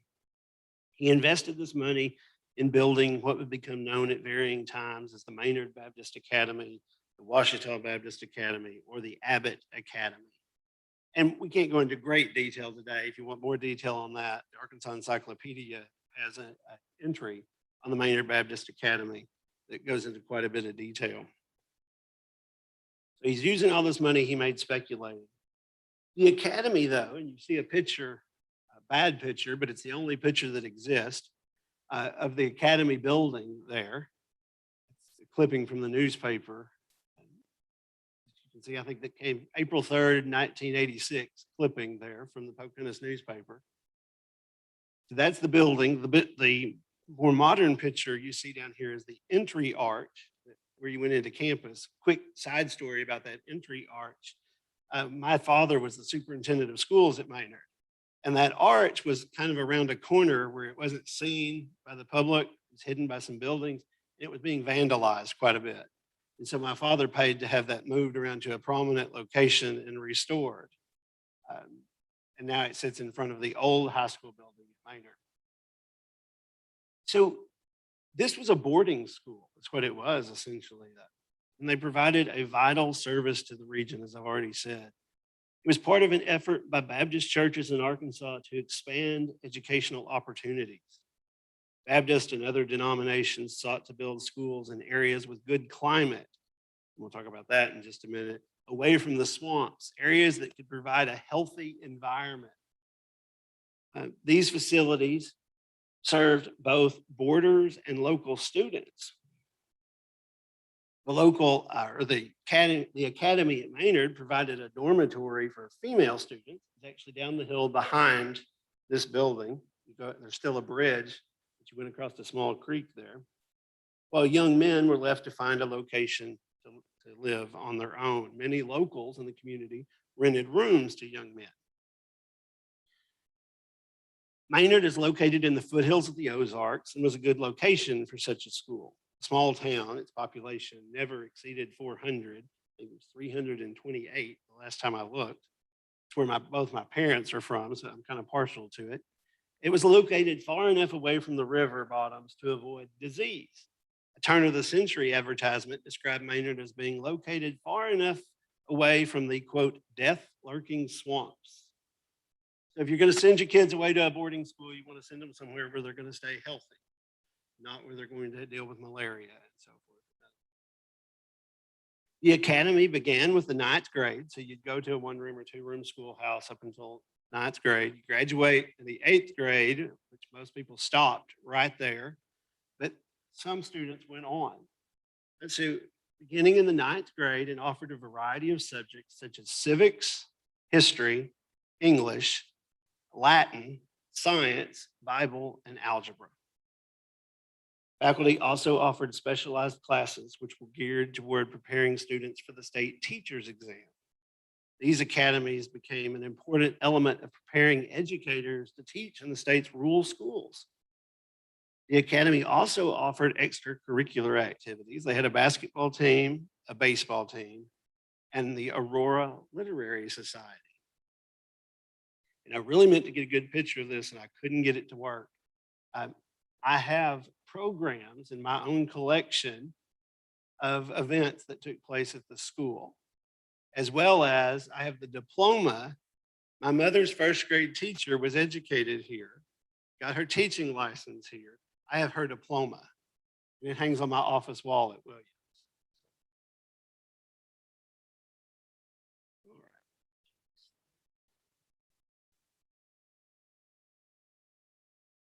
right. Another effort. So these Baptist efforts weren't just limited to high school. Another effort here was a college. Arkansas Baptist sought to establish an institution of higher learning in Northeast Arkansas. The effort was led by the Mount Zion Baptist Association, who eventually purchased land in Jonesboro for the purpose. They created a college known as Woodland College, and it was primarily funded by First Baptist Church of Blytheville over in Mississippi County and the Mount Zion Association. You see their building here. Interestingly enough, all the efforts that we talk about here, the first thing they did was build an administration building. If you teach, you'd understand that, I guess. But so they built this administration building and one classroom building, and it's on the location of one of your elementaries here in Jonesboro, and I cannot remember which elementary it is, but this was the campus. With the help of the Mount Zion Baptist Association and the First Baptist Church of Blytheville, the college was able to build an academic building and a two-story administration building by 1904. College was never on solid financial footing, though. It never attracted a significant number of students. It was forced to close due to financial trouble by 1930, and the land and facilities were sold to the Jonesboro Public School System. So there's the first college effort. Here's the second. Excuse me. Despite the failure of Woodland College, Baptists refused to give up. They're a tenacious bunch, and they wanted to establish another college. In 1920, a group of Baptists broke ground on a building for a new Baptist college in Jonesboro. They weren't very inventive, just called Jonesboro Baptist College. The first building constructed was a three-story administration building, and it was followed by three more buildings: a president's house, Woodland Hall, a girls' dormitory, and a powerhouse to generate power. The college's master plan called for the construction of 8 more buildings, most of which were never built. The school opened on September 9th, 1924, with 6 faculty members and an inaugural enrollment of 250 students. If you're a native of Jonesboro, that building probably looks familiar. Did any of you go to high school in that building? That is the old high school building at Pocahontas, Jonesboro, that was destroyed by the tornado. So the school offered a curriculum that consisted of languages, mathematics, science, fine arts, and history. Like the Maynard Academy, the Jonesboro Baptist College offered a normal licensure training program for teachers, so they turned out teachers, but it also offered the state's only school of pharmacy. If you were going to be a pharmacist in Arkansas, this is where you had to go to school. They had a football team, they had men's and women's basketball teams, volleyball, and co-ed tennis, as well as several literary societies. Behind the slide. Financially, though, the school was never on solid ground.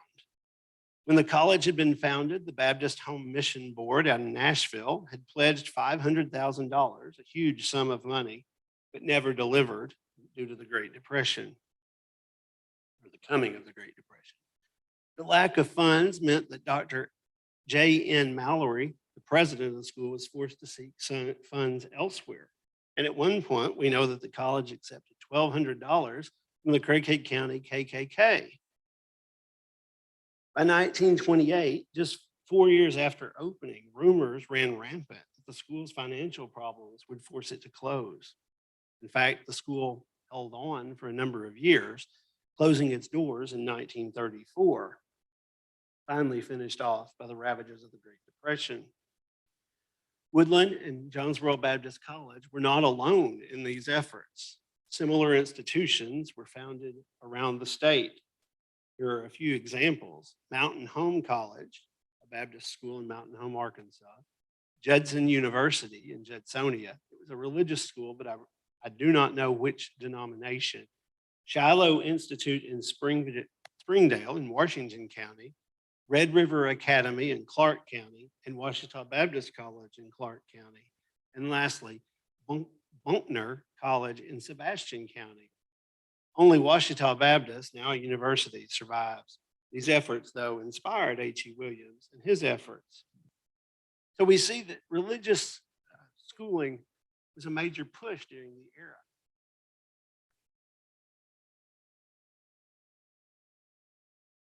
So having attended Washita Baptist College and finished his degrees there, Williams firmly believed Northeast Arkansas needed a Baptist institution of higher learning. And he was not alone in that belief. Many agreed that the height of the Great Depression, the worst part of the Great Depression, was not the best time to try to found such a school. But Williams disagreed. He thought there was a need there. He thought people would support that need.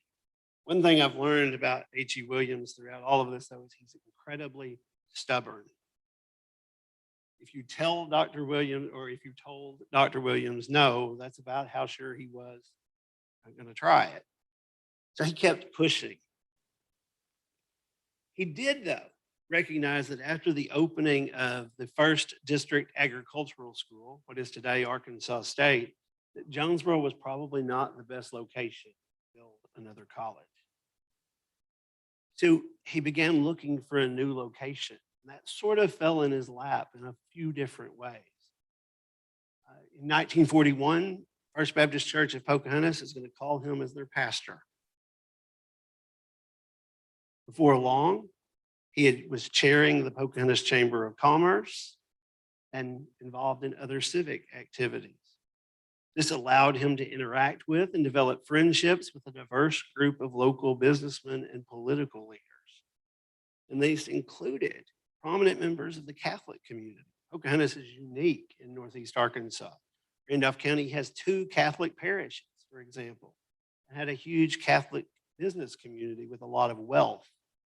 He's going to befriend some of these members of the Catholic community, such as Ambrose Baltz and George Promberger.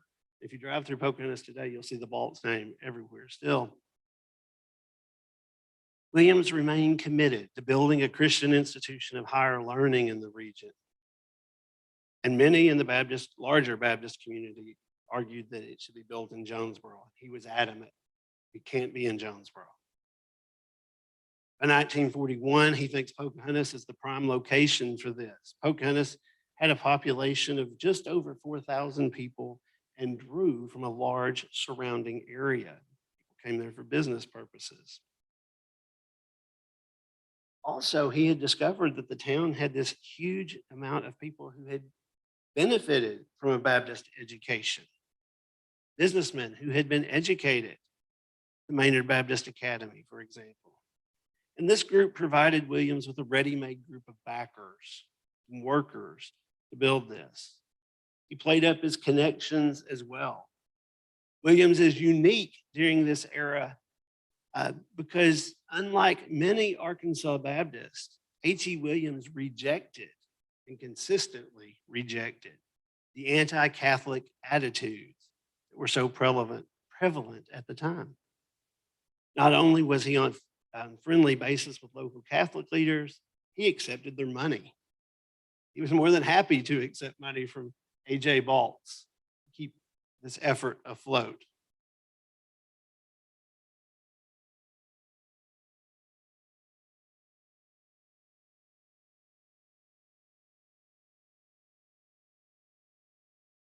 The other factor in Pocahontas is that there was a building available. I mean, because that was going to be this huge financial expense if you had to build a new building to house your college in. So Pocahontas has this building available. You see a picture of it here. This is my favorite picture of what we call the Old Rock Building in Pocahontas. It's built by the Works Progress Administration and the National Youth Administration. It's a gift to the community, part of the New Deal. And to me, this is an extremely interesting story. Before the building is finished, city leaders in Pocahontas recognize that they will never be able to pay the bills to keep this building up. And through a quirk, a paperwork snafu, if you will, they had never signed the appropriate documents with the Works Progress Administration. They were supposed to sign papers that said it would never be sold and never used for any purpose other than a community house. And somehow they never signed those papers. The building is almost complete when the WPA administrator says, "Oh, you've got to sign these papers." And the mayor said, "No, we're not signing your papers. You built this building on our land. We're not signing your papers." The WPA walked away and left the building unfinished. The city invested a small amount of money and finished the building. Now they had to figure out what to do with it. So a guy named Mitt Bennett, who is a deacon at First Baptist at the time, is also a member of the city council. And he says to Dr. Williams, "Why don't you see if the city will rent you that building so we can start your college in that building?"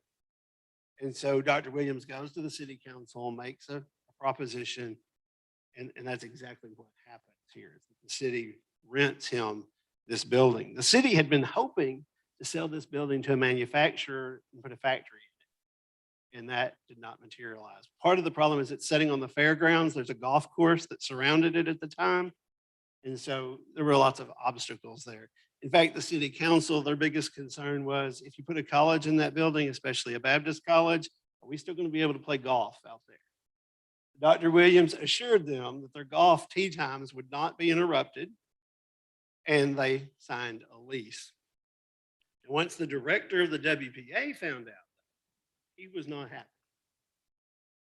He tried to say that the city could not lease the building, and they reminded him that they had never signed his paperwork.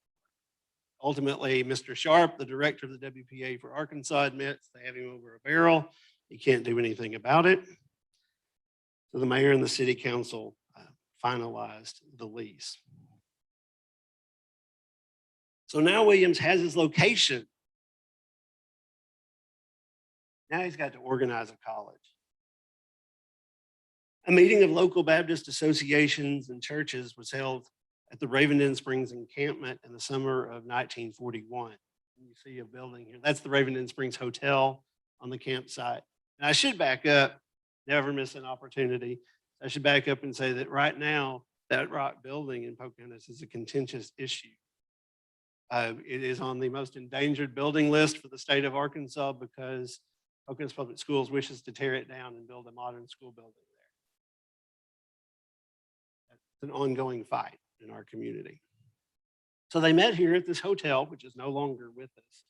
You can see the ruins of it, but it's no longer there, to organize a board of trustees for the new school and to plan for an inaugural class. They're thinking we'll open in 1942 here. They chose Dr. H.F. Vermillion, the pastor of First Baptist Church in Lawrence County, in Walnut Ridge in Lawrence County, as the chairman of the board. Here's why they chose Vermillion. He was the only one that had any experience running a college. He had been the president of Mountain Home Baptist College before it closed. Now he's the pastor at First Baptist Walnut Ridge.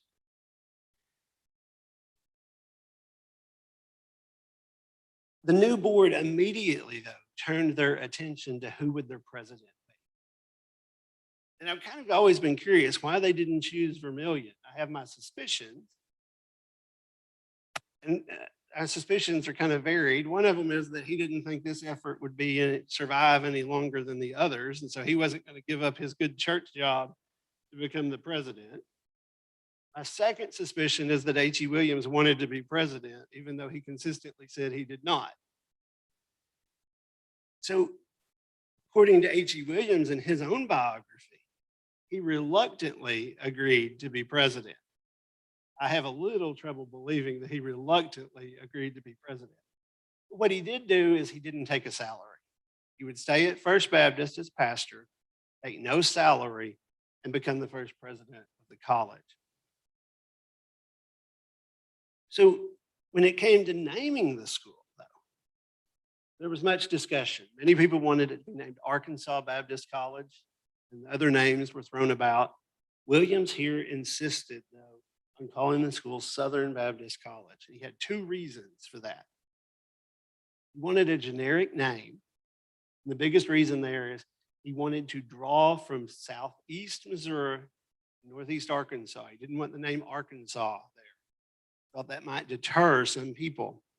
The second reason is he always hoped that a large donor would come along and they could name the school after a very large benefactor. Happened. He never found that donor. But Southern Baptist College was always meant to be a temporary name. It would just last a lot longer than he envisioned. For the first year of the school's existence, William, as I've already said, took no salary. Once he began taking a salary in the second year, he was paid $120 a month, the exact same salary as a faculty member. Wouldn't take a penny more. And needless to say, our president now does not do that. So he always asked, one thing that former faculty members said is he never asked anything of a faculty member he wasn't willing to do himself. I think that was part of the secret of his success. Williams and the trustees originally planned to open the college, as I said, in 1942, but they altered their plans and chose to open the doors in the fall of 1941. Can you imagine meeting in the summer of 1941, saying we're going to start in August and we don't even have any classrooms built, we don't have any furniture? And that's where they were. They had basically a shell of a rock building, and they had to figure out how to put a college in it. This meant he had to prepare the facilities, obtain equipment and supplies before the fall semester could begin. How much time do I have? All right, I'm much further behind than I thought I would be. So briefly, what he did is he was able to use things like the books from Jonesboro Baptist College, the library from the college at Mountain Home in order to do that. And so he pulled together all these things from failed efforts to build his college. You could also say essentially that he put together a college out of the failure of at least 3 others. Where did Williams get it? Where did Southern get its students? I want to make sure and hit on that before I'm out of time. They came from all over the region. Some of them boarded with Dr. Williams himself. He and his wife rented a 5-bedroom house in Pocahontas, and they shoved their whole family into one small part of it and rented the rest of it out to students. A favorite story about Dr. Williams is his daughter, Martha, who went on to be the librarian at Williams.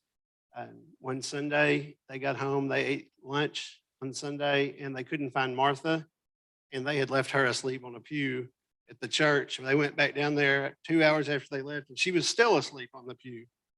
So it's a different time for sure. My grandmother, as a student, she and her brother attended together. They rented a small house near campus and walked to school every morning. And they rode the bus back out to rural Pittman, Arkansas on the weekends. And so since I'm so close to being out of time, I need to tell you just a few things. On December 26, 1946, the building was burned. An arsonist struck the building. We don't know what happened. They believe that gas was poured across the library floor and a match was struck. This followed increased tensions with the local Catholic community.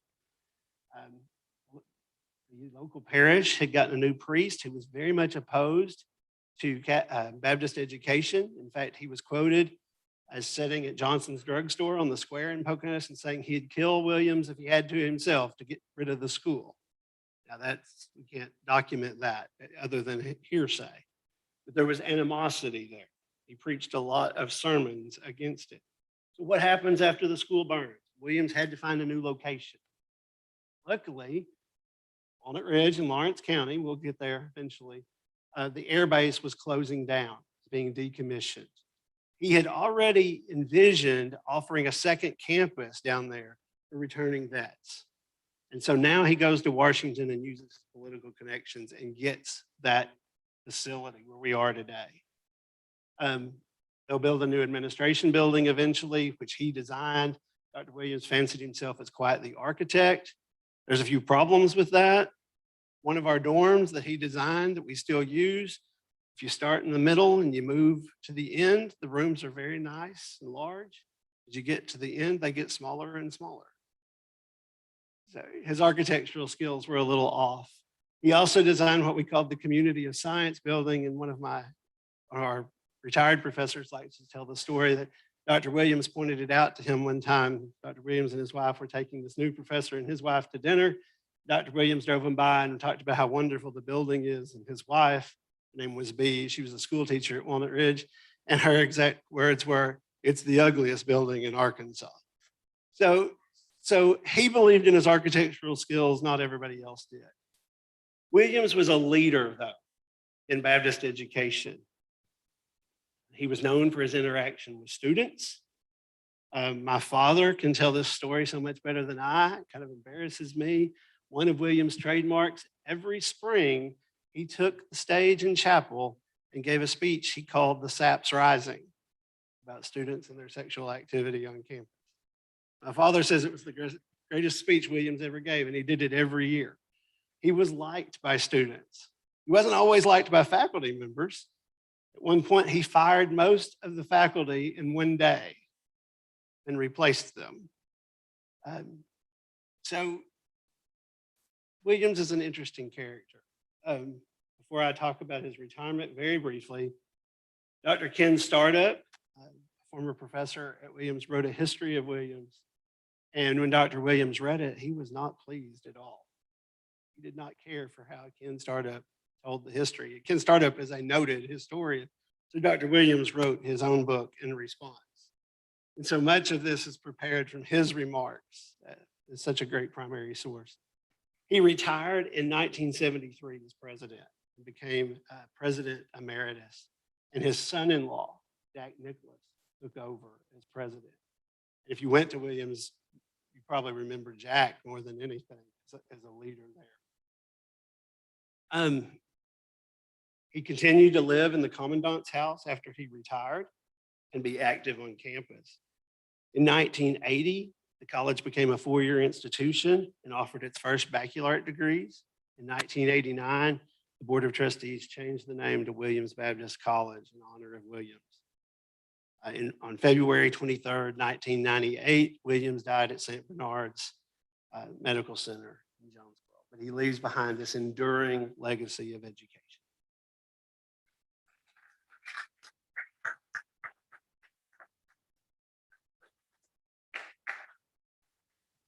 Thank you, Dr. Harris. We have 10 minutes for questions before we head out to lunch, which is going to be right through that door, across the hall, into the Mockingbird room, hopefully. The caterer would not have forgotten about us.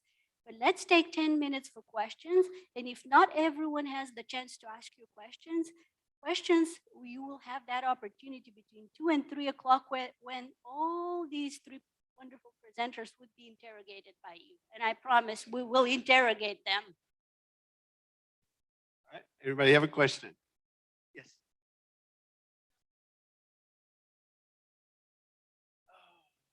That's what I have to look at.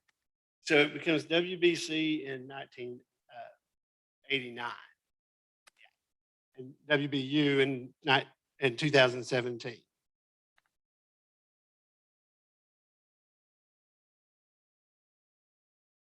Okay, so she's asking where the first buildings are.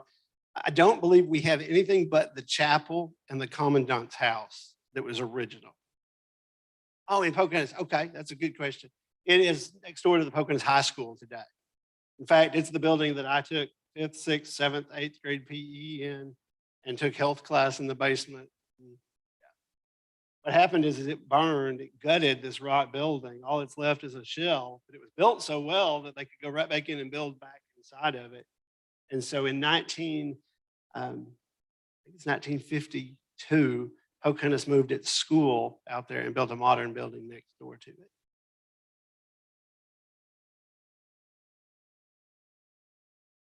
Yeah, we don't know who started the fire. We just know there was a lot of rhetoric against the school. Oh, yes. They blamed him for starting the school, many in the Catholic community. Oh, that was the priest. St. Paul's. It was the priest at St. Paul's Catholic Church. Is quoted as saying that he would kill Williams himself if it would end the school. I think his last name was Jaeger. Pretty sure. It's in Williams' book. Yeah. Something rainbows. I knew somebody would ask, and I should have, yeah. She asked what the name of Dr. Williams' book was. Yeah, it's a very interesting read because it's in a conversational kind of style. All right, other questions?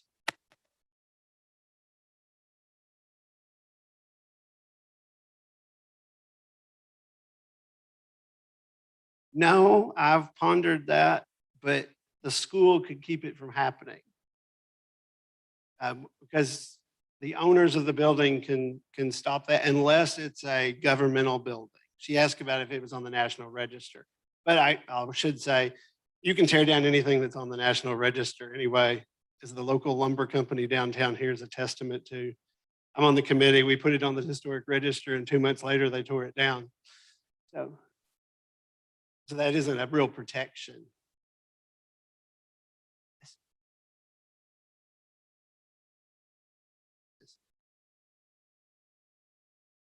At one time, yes. She asked about the Maynard Baptist Academy. It had an association with Ouachita Baptist College. That's what happened. Yes.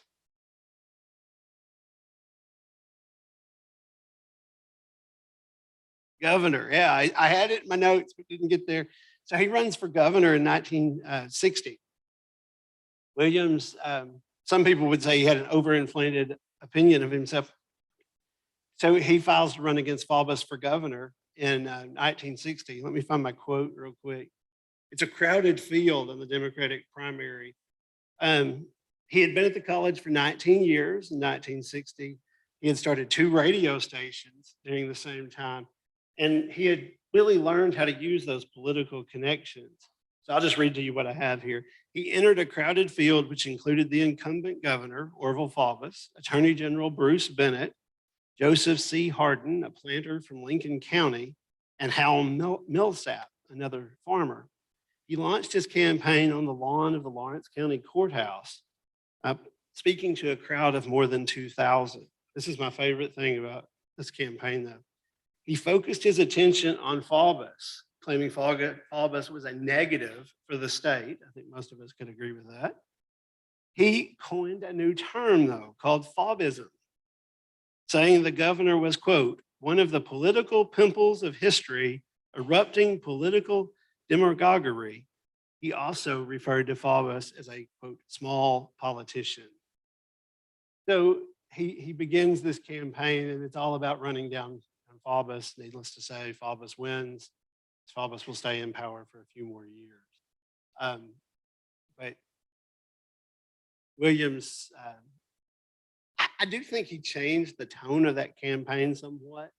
I think he helped focus attention on Faubus. And really, it took many years to defeat Faubus, as you know, if you know much about Arkansas political history. That would take Rockefeller didn't defeat him, but he drove him from office, essentially, what happened. A couple other things somebody mentioned to me beforehand. Williams also made 2 trips to the Soviet Union, part of a delegation. And he was really interested in what communism had done to religion, is what he was very much interested in. So, he also is going to integrate Williams before many schools integrate, things I didn't really get to touch on. Other questions? Yes.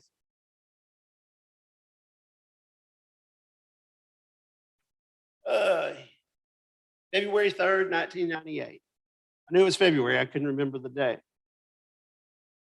And we have people on campus today who remember him still. I mean, my parents remember him. Any other questions?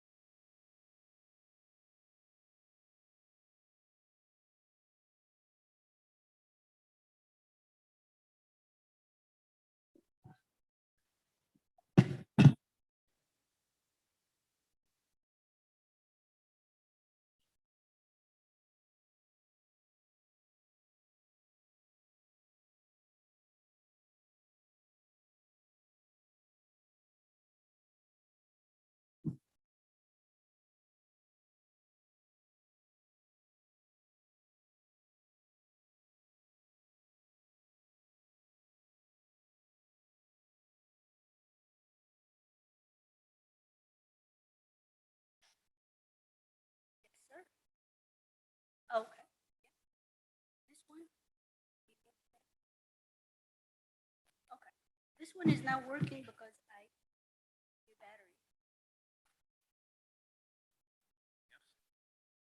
It's working now.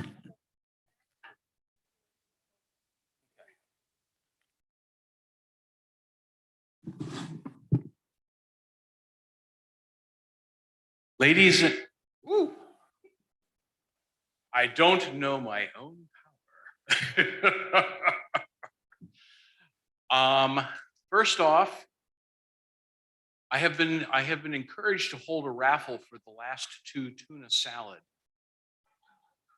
But, you know, I'll leave them to the heavens or to any wandering students.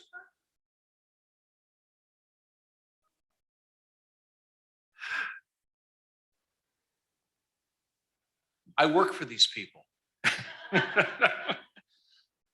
Actually, on a note, for any of you here who are teachers and wish to get professional development credit for this, please see one of the ASA staff, especially Brian Irby, after the, yes, Brian Irby, who's waving in the back right now, who has the requisite form for you to fill out. We'll get you legit and get you the credit. So, with no further ado, I will hand it off to the boss and thank you for your attention. And remember, tuna salad, it's what's for dinner.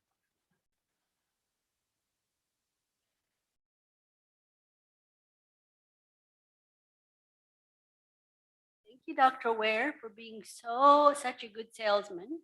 Although you still failed to sell the tuna fish salad.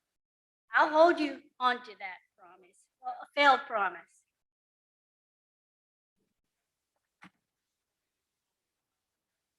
Okay. You should have taken a course on that. Welcome back. Are we all here? I don't know.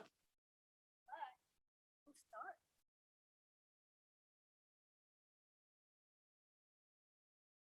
Our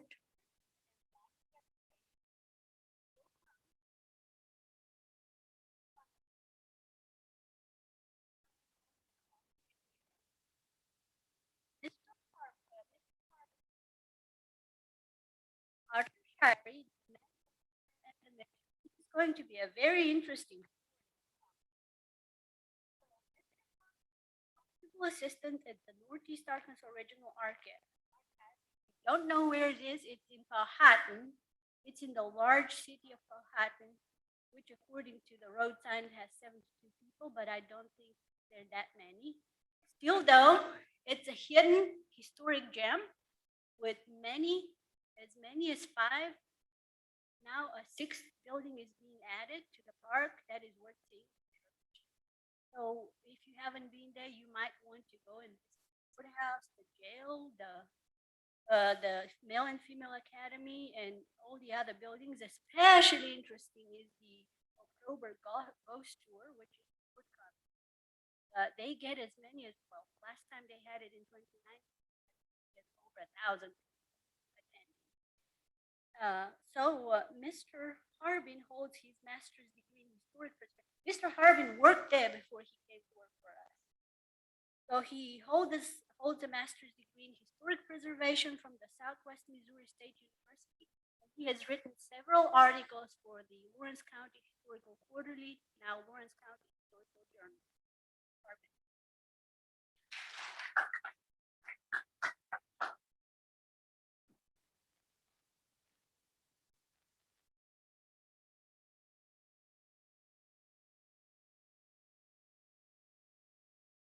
Check 1, 2. Hear me in the back? Okay. Well, I hope you all enjoyed your lunch. And if you're like me, lunch makes you kind of drowsy. So we're going to perk up by talking about sex, murder, and money. Lots and lots of money. The town of Minern was founded in 1873 with the building of the first post office. And like a lot of the railroad towns in this part of Arkansas, its main source of revenue was timber, cotton, and then whatever else they could grow after they chopped all the trees down. And on the night of March 8th, 1910, there were 3 people in the building you see here, Arthur Shirey's General Mercantile Store. One of them was the proprietor himself.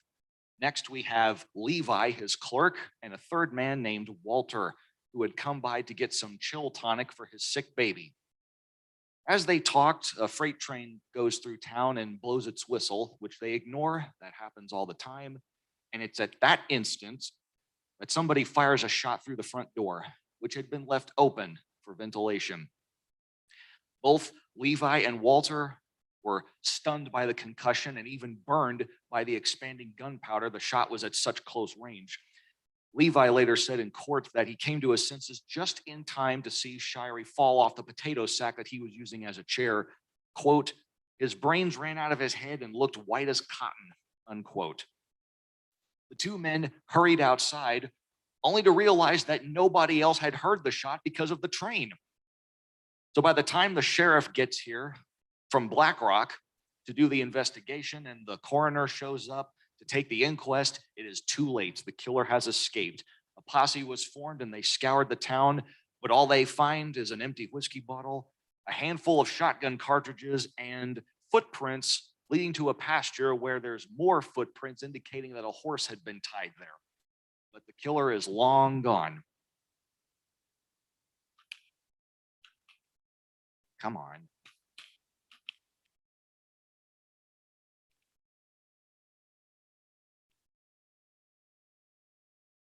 Can I just use the mouse?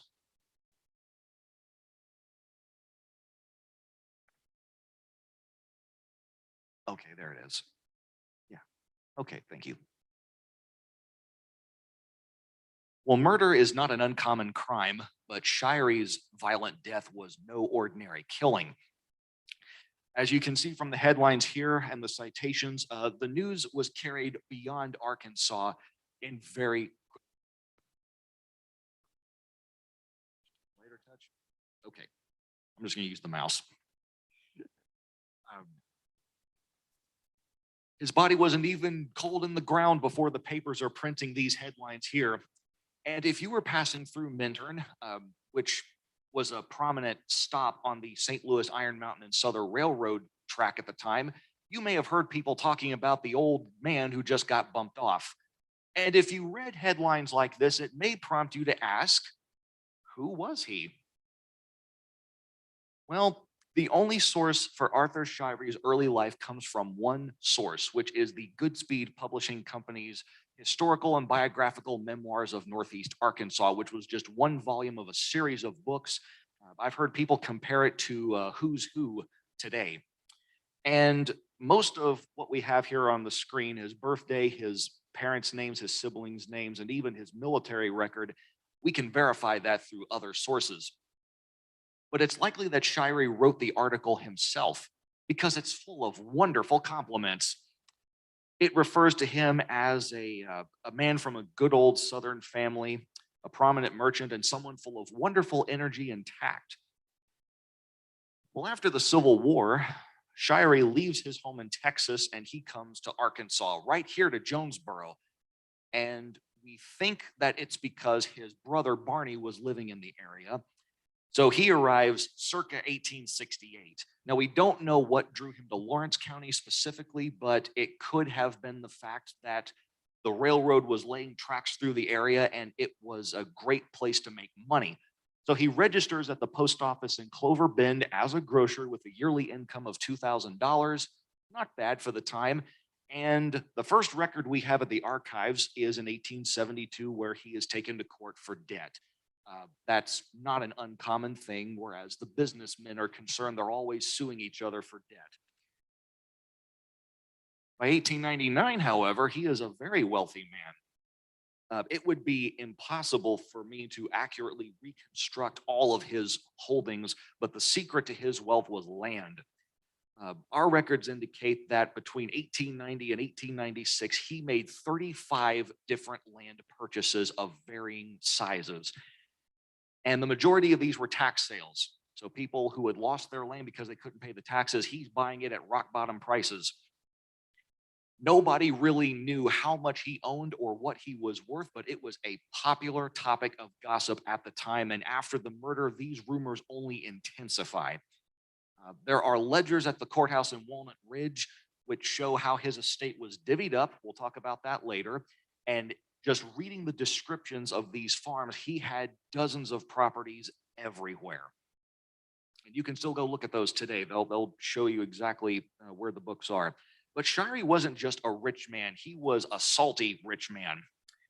Goodspeed writes that no man in Lawrence County has a better reputation for fair dealing and honest goods. Well, there's a preponderance of evidence showing that he was not honest, nor was he even kind. So let's talk about his reputation. Firstly, he was married and divorced twice before he died.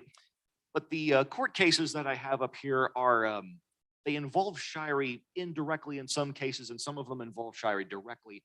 But this is just going to kind of scratch the surface of his character. The first case, Lambert versus Johnson. The Lamberts were poor farmers who were approached by a man named Sam Johnson, and he said, I want to buy your controlling interest in this piece of land that your family has left for you. And what you ought to know this, Shirey has a judgment against it for $1,300. If you sell it to me, I'll handle him in court and you'll be rid of him. Well, the Lamberts were illiterate. By their own admission, they did not know what the papers actually said that they were signing, and it turned out that Johnson had lied through his teeth. There was no judgment. Shirey had no action against them, but they were so scared at the prospect of going up against him that they happily agreed. The next case, Mitchell versus Mitchell, it's a divorce lawsuit. Erastus and Hattie Mitchell were renting their rooms out to guests. And Hattie was allegedly involved with a young man named Cicero Stewart. Well, Erastus threw him out when he realized what was happening. Once he left, however, Hattie allegedly took a liking to Arthur Shirey. Erastus says, quote, I do not know whether this partiality for the old man was real or merely feigned, but after this, she talked to me a great deal about old man Shirey and acted like he had completely gained her affections, end quote. Mitchell later sued Shirey for $50,000, alleging alienation of affection, which is an archaic way of saying he stole my woman. There are very few states in the country with laws on the books today, but you could do that back then. Finally, we have Myrtle Hendricks, who was suing the railroad company for personal injury. She stepped off the train. She claims that the train had not come to a complete stop. I think she twisted her ankle or something, but in the course of giving testimony, she mentions overhearing a conversation between two men who were talking about Shirey, who at that point was being indicted for selling liquor without a license. And one man says that he had a feeling that they were going to fix the ginger cases. They called it ginger in that case. Now, that's probably the least offensive thing that Arthur Shirey ever did, because bootlegging has always been a pastime in Lawrence County, even before Prohibition. One of our subjects, Pat Whalen, he got indicted with like over 30 counts of throughout the course of his lifetime. So these examples just show you the variety of legal entanglements that this man incurred. And the list goes on and on. Assault and battery, disturbing the peace, carrying concealed weapons, and even obscuring a public road. One of the only surviving reminiscences about Shirey we have from a person who lived in those days was recorded in 1983. A woman named Leanne Wisdom, working for the Jonesboro Evening Sun, interviewed a woman named Ruth Morgan, who was a child in those days. She says, quote, I don't remember much else about him, except that we, the children, were all afraid of him. He was one of those old men you didn't fool around with. But none of this can compare with the tragedy of his third and final wife, Barbell Hill. We don't know that much about her. We know that she was born in North Carolina, and the census record containing her family's movements was 1890. It burned up in the 1920s, and so tracing the family's movements is very, very difficult. But we do know that by 1900, she is living in Portia, and she is living there with her mother, Farah, and three brothers, Jesse, Henry, and Thomas. At some point, they move to Minern, and they take up residence on one of Arthur's farms. Now, we don't know when they met, but the court documents say that they knew each other for several years. In 1904, Mrs. Hill sues Arthur Shirey for seduction. In legalese, seduction is using promises in order to persuade a woman to engage with a man in unlawful sexual relations, usually the promise of marriage. And that is what Mrs. Hill claims happened, that he made promises and now will not honor his pledge. And she demanded $10,000 in compensation. But oddly enough, she gave him a way out. She says, marry my daughter and this will all go away. And oddly enough, he does marry the girl. And I know I wrote February 29th. That is not a mistake on my part. That is what the newspaper says. So well, the records contradict each other on just how old Fairbell was. She could have been as young as 12 when she married him or as old as 16. We're undecided about that. No surprise, the marriage collapses within 3 months. Fairbell sues for divorce, claiming that her new husband is cruel and abusive.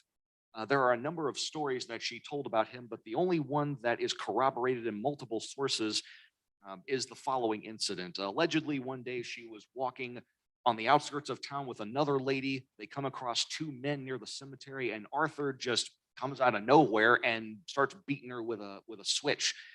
Well, Ruth Morgan remembers it differently. She says, quote, she was down at the cemetery playing with a bunch of kids, and he went down there and switched her all the way home, end quote. Well, the new Mrs. Shirey doesn't take too kindly to being beaten like a dog, and so she leaves his place and goes back to her mother's place. Arthur, not wanting a divorce on his hands, goes to her and says, listen, I'll change my ways. I will give you a monthly stipend, and I will pay all the expenses that you've incurred thus far if you will just drop the lawsuit. Well, after some negotiation, she does agree to drop the lawsuit. But in 1906, not only does Arthur renege on this, he sues her for divorce, claiming adultery.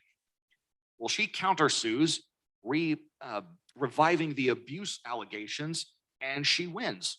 The lower court rules in favor of Fairbell, but Arthur appeals, and it goes all the way up to the Arkansas State Supreme Court in 1908.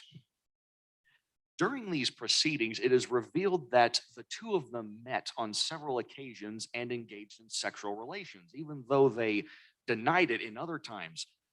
The High Court's opinion was that because Fairbell, who was trying to get away from her husband, willingly submitted to sexual intercourse, she is thereby condoning her husband's behavior. And this case was cited as precedent in 8 other cases. So yeah, they could not be divorced. This was during a time in which you can't just walk away from a marriage. You have to provide a reason. And the court said, no, we can only separate you. And so that's what happens. Now, there are 2 outlying cases that make the divorce even spicier. At some point during the marriage, we know that Fairbell became pregnant. Arthur didn't believe it was his child. So he bribed her doctor, Thomas Neese, to follow her to the hospital where she was going to give birth in Kansas City and discover if she gave birth to the child and whether there was any evidence that it was his or someone else's. Well, they found her at a hospital. She gave birth to a baby girl who unfortunately died of cholera just a few days later. But when Dr. Neese came back, Shirey did not pay him all of what he had promised. He only gave him a little bit. The doctor sued Arthur Shirey, and the court ruled, we cannot rule in your favor, Dr. Neese, because this is just wrong anyway. The wording that they used was that the case was against public policy. What you are doing is wrong, and as a matter of principle, we are going to rule with the defendant. Almost as if Shirey had planned it that way. Another person in Shirey's life, a man named John Bennett, who was one of his many, I guess you could call him an agent, who was involved with this affair. He sued Shirey for unpaid wages on the same grounds and lost on the same grounds. The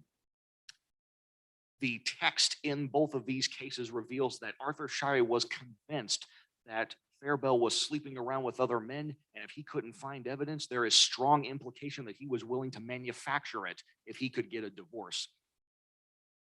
Well, if the murder and violent death were not outrageous enough, then the terms of his last will and testament were definitely outrageous. He bequeathed to his wife, his siblings, and their surviving children 1 cent and no more. That is a direct quote. After all of his debts and obligations were paid, his money was to be given to a fraternal organization called the Independent Order of Odd Fellows, which is up there with the Benevolent Eagles, the Benevolent Elks, and the Benevolent everybody else. I mean, that was the thing to do back then.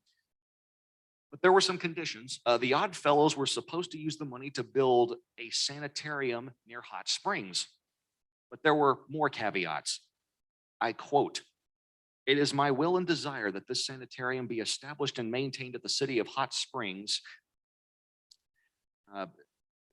if that's expedient and practical, under the control of one elected physician and surgeon. He shall be acquainted with and approve of the following methods of treating diseases: Christian Science, the Yogi and Hindu Oriental philosophy, electric treatment, hypnotism, hydropathy, meal light baths, both cold and hot, and all other forms of treatment that are successful without drugs or medications." End quote. Now, I don't know how the family reacted to this, but a man named George Thornburg, who was a very prominent lawyer from Powhatan, said that he had been ordered to draft a similar will in 1905. And he writes, quote, "I did not learn the cause for his distrust of his relatives."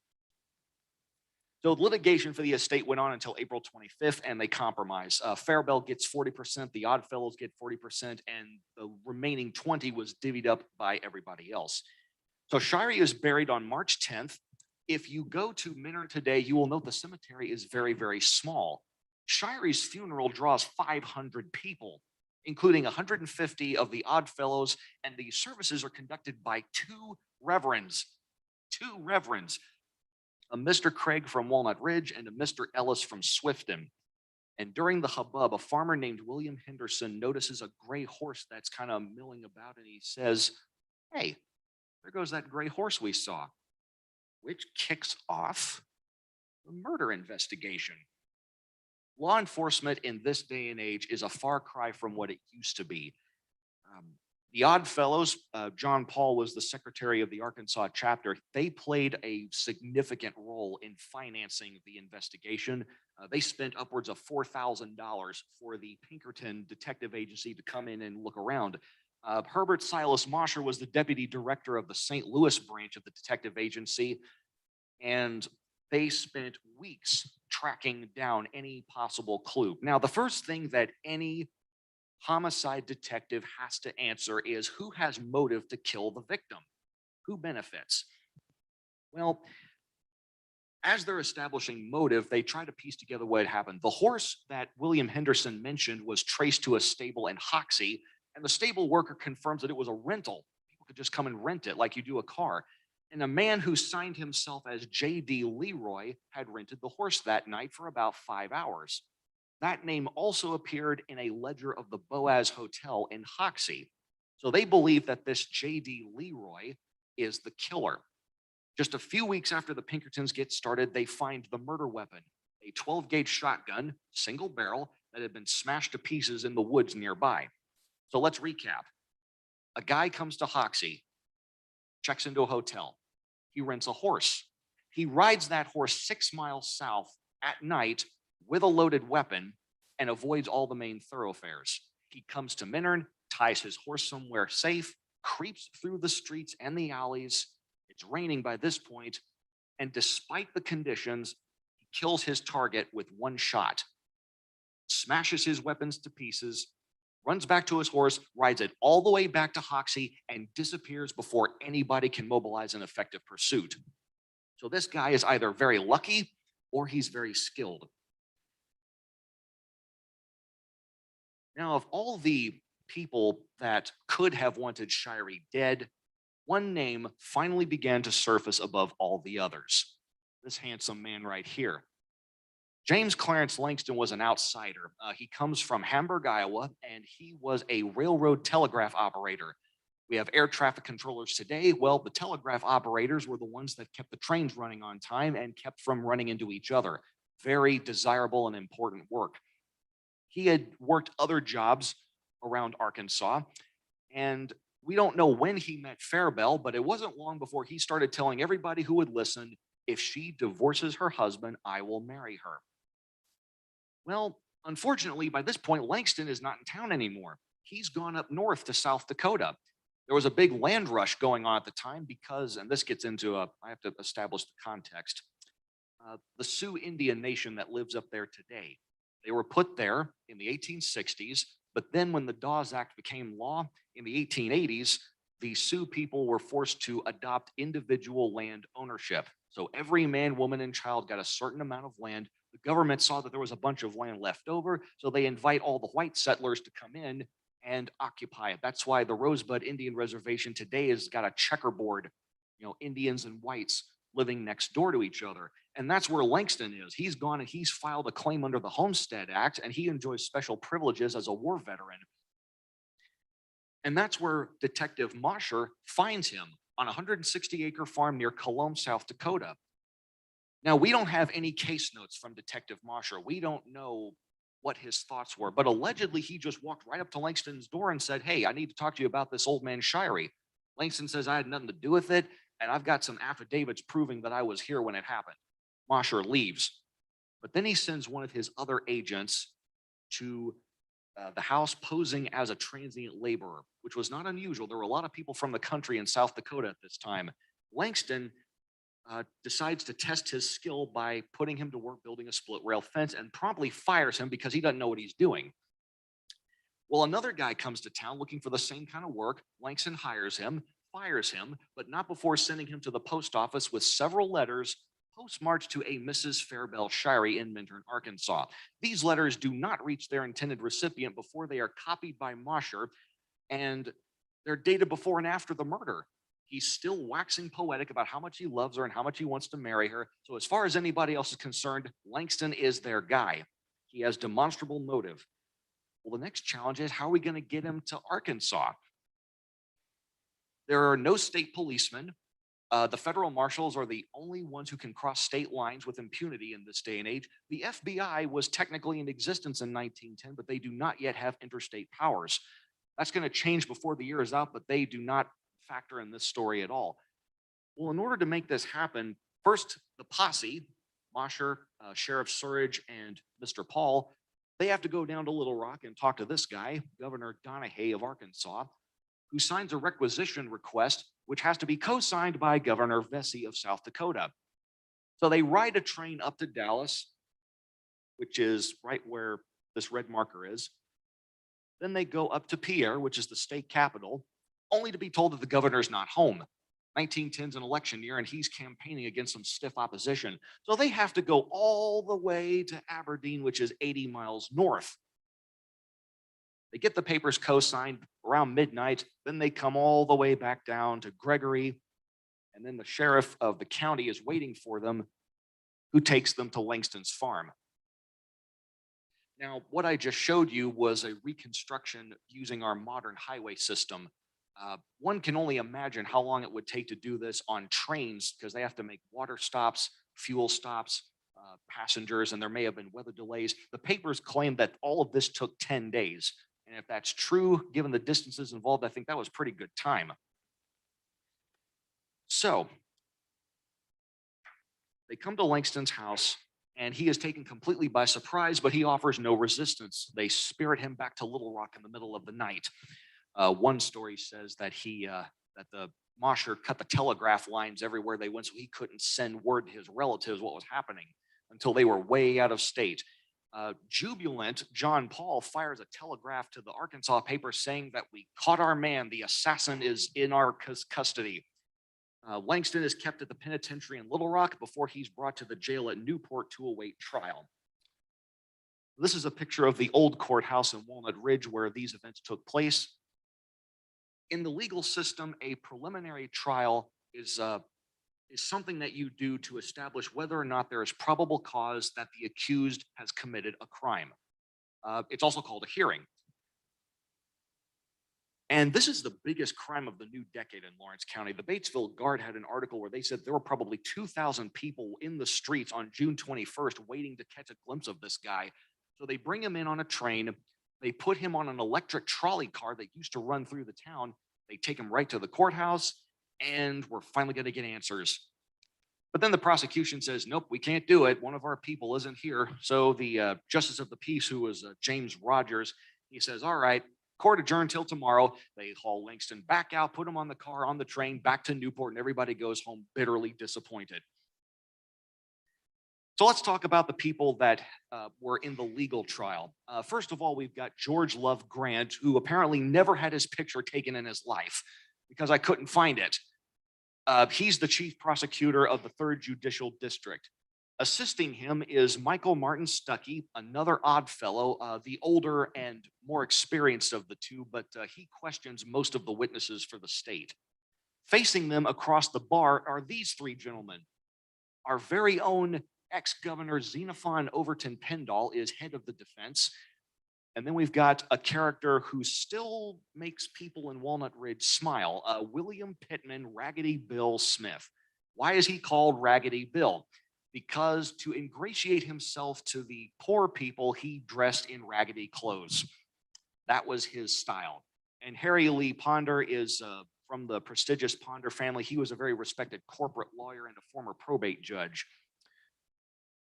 So these are some of the most important witnesses at the trial. There were lots of people questioned. We do not have time to talk about all of them, and I'm going to have to hurry through these. Levi Hutton, the clerk. Let's talk about him. The first thing that any lawyer wants to do with a new witness is establish their credibility, age, your name, your place of residence, and Stuckey questions, did you know Arthur Shirey? How can he question someone about the case if he doesn't establish the relationship? Because he's an important witness. He's only one of 2 people that saw Shirey die. And that's where we get this lovely conversation. Are you or were you ever acquainted with A.W. Shirey? Yes, sir. Do you know where he is now? I suppose he's dead. Suppositions. I didn't ask that. I asked you, where is he now? Your tax dollars at work, ladies and gentlemen. So once that guffaw got cleared up, Levi tells the story of the night of the shooting and a lot of other details. Jack Thomas is Langston's friend. Now, he was in the search party the night of the killing, and he believes that the footprints that they found belong to Langston. Why? Because he is familiar with the custom that is the style of his shoe. We get a wonderful dialogue about shoes in the early 20th century. Pendall cross-examined him and found that he had very weak reasoning behind his argument. In those days, most shoes were not fitted to a left or a right foot. They were literally straight. You could put either shoe on either foot. Thomas claimed that the shoes that made the footprints in the ground had a distinct curve, which they would have, but he never saw Langston buy them. And even by his own admission, Langston's approximate size was very common, so he kind of defeated his own platform there. Next, we have Rufus Simmons, possibly one of the most important witnesses for the state. He's the stable worker from Hoxie. He confirmed everything he had already told them about the guy coming to rent the horse. And when he was asked to identify him in court, he pointed to Langston and then told how he had been brought to the jail to pick Langston out of a lineup. The prosecution re-examines him actually in order to show that he had not been unduly influenced. William Henderson is the man who first noticed the gray horse. He lived in Village Creek, just a few miles from Menor, encountered the rider as night was falling, hailed the rider but didn't recognize him, and noticed that he was in a hurry. He just pulled his hat down and kept going without even saying hello. And his wife is the one who actually called him drunk. Now, what's interesting, in my opinion, is that if you notice the slide that with Langston's picture, he was a trained horseman. He'd fought in the cavalry, but nobody mentions that at his trial. And to this day, I don't know why. If I was a prosecutor, I would have nailed him with that. And then we have James Easley, who presents 14 letters that Langston wrote to Fairbell that he had seized in a search warrant. Now, I'd like to read a poem that was included with these letters. Let's you and I get married. Our secret that will be. I want a little sweetheart like you. Don't you want one like me? Well, It's like Nabokov said, you can always count on a murderer to use fancy prose. These are just a few examples of how he addressed her. Now, some of us might be embarrassed if our personal correspondence was being read aloud into the record, especially if it hints at an adulterous relationship that's now the basis for a murder charge. But according to the newspapers, Langston was taking everything in stride. By the end of the day, he was still smiling. Said he was in fine spirits. By the 25th of June, all the state's witnesses have been called. Langston's case is looking pretty grim because they've established that he has a motive to kill Shirey. He talked about it. Jack Thomas said that when he bumped into him on Christmas Day, 1909, Langston pointed to Shirey's store and said, "When in the blankety blank is that blankety blank gonna die?" So not the kind of thing you want read aloud against you, but the defense has a plan to counter this. Richard Toole is a big enigma in this story. He comes from Memphis, and he claimed on the stand under oath that he was the guy who rode the horse and that the whole thing was a case of mistaken identity. The prosecution's not buying it, and they subject him to a withering cross-examination. Did he grow up on a farm? No. How did you learn to ride? Well, anybody can learn to ride that can walk. What kind of clothes did you wear? I don't remember. Is this your hat? Yes. Did it ever have a leather band on it? I don't know. What about brass tacks? No. Now, these details seem unimportant, but they work together to undermine the story. Toole could not explain to everyone's satisfaction why a cab driver from Memphis would take the train to Arkansas to visit relatives, then ride a horse through the woods at night for $1 when he could have taken the same train for 18 cents. Well, the very next day, as you can see from the slide, things get a little spicy. He confesses that everything he had said the previous day was a big lie. But it gets worse. Not only that, his uncle Pete had put him up to it. Now, who's Pete Barr? Well, he was a guy that lived in Minturn. He was one of Richard's uncles. But the biggest story is that Pete is the one who approached the defense counsel, specifically Harry Ponder, and said, "You need to get this boy on the stand. He'll save your client." Why did Pete do that? Well, I can't say why, but the papers uncovered a very interesting connection. Pete had a second nephew. Remember Jesse Hill, Fairbell's brother? Turns out they were related. Turns out that Jesse worked for Pete at the Cooperage plant, and Pete had originally denied that he had any interest in the case. Things are looking pretty suspicious. Now, unfortunately, we don't have a record of what happened next. This was a huge revelation. The Arkansas Gazette described it as a bombshell, and the defense completely collapses. Yes, probable cause has been established that Langston very well may have killed the old man. So Judge Charles Coffin of the Circuit Court takes charge of the case, and he orders a special grand jury to probe the matter, which is very interesting. Usually, they would just move right to a criminal trial. 3 more weeks of interrogating. This is the only time that Fairbell Shirey was ever called to testify about her husband's death, and we don't have the record. So I have no idea what she said. But by the end of the day, not only has James Langston been indicted, but 3 other guys have been indicted as accessories. Jesse Hill, her brother, William Pittman Smith, one of Langston's attorneys, and his law partner, William Blackford. So what in the world happened? The state has changed its case. Not only is James Langston now the prime suspect, but they believe that there was a conspiracy to kill the old man, get his money, and split it several ways. William Pittman Smith represented Fairbell during her divorce. He was well acquainted with Arthur Shirey and had worked for him at one time. But during their divorce, they had had a very bitter falling out. So now William Pittman Smith is in jail. Harry Ponder, who is humiliated by the fact he was fooled, withdraws from the case, leaving only one attorney left for poor Langston. But Pendall is confident that he can prove his client's alibi. He goes to South Dakota, where Langston's neighbors and his family are just outraged that their person was essentially kidnapped, and he collects depositions. When he comes back, he presents evidence that basically proves Langston was nowhere near Menard, Arkansas the night of the murder. We have testimonies from T.C. Burns, the registrar of the Federal Land Office, which says, yes, Langston filed a claim on this date and his payment was due on this date. We have A.C. Rubel, manager of the Gregory Light and Power Company, who says, yes, I was a guest at the hotel where Mr. Langston works. And we also have a man named Mr. McKee who says, yes, on March 9th, Langston was building a house on his new farm. Now, you explain to a jury, how can somebody travel over 500 miles in the course of just one day? We've already established that trains had to make multiple stops. He could not have possibly killed Arthur Shirey and made it all the way back to South Dakota to establish his alibi in enough time.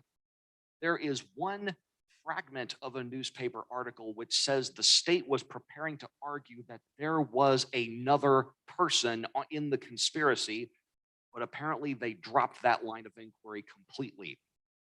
So after lots of talk, when it's all said and done, James Langston is declared not guilty. When you put 30 people on the stand that say he wasn't there, that really outweighs any circumstantial evidence you have to the contrary. So here's what happened to some of the chief players. Langston is very rarely mentioned in any retellings of the story. Even the Encyclopedia of Arkansas, no disrespect, but they say that a neighbor was accused of killing him. Technically, Langston was a neighbor, but his name doesn't come up hardly at all. He dies in obscurity in Oregon in 1966 after getting married to a girl, having several children, and that's just it for him.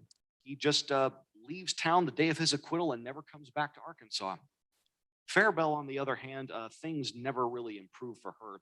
She had remarried during the trial. Her husband died suddenly in 1913. She married another man, eventually makes her way out to California. All the money that she got from the estate was gone by the 30s. She was just crippled with debts. Things were getting pretty bad down there. Richard Toole's death is interesting because it's so ambiguous. I can't really confirm what happened to him. I have a piece of Pete Barr's perjury trial which says that he died after Langston's preliminary hearing. But what exactly happened to him? I have a Chicago Tribune article that says a young man, 18 years old, was in a horrible car accident and severely burned. Ancestry.com says this guy died in 1911 on January 3rd. Whether or not that's our Richard is anyone's guess. Now, as far as Shirey's land, the Oddfellows tried their best to make use of it, but by 1921, they just couldn't sustain it anymore. They were battling legal cases all over the place, and they finally decided to just liquidate it. His name lives on as part of the Shirey Bay Rainy Break Wildlife Management Area. Why we would name something after a guy that nobody liked, I don't know, and I don't know when the name was applied. I even called Game and Fish, and they said they didn't know. But here's a picture of his gravestone. That is a 26,000-pound granite obelisk.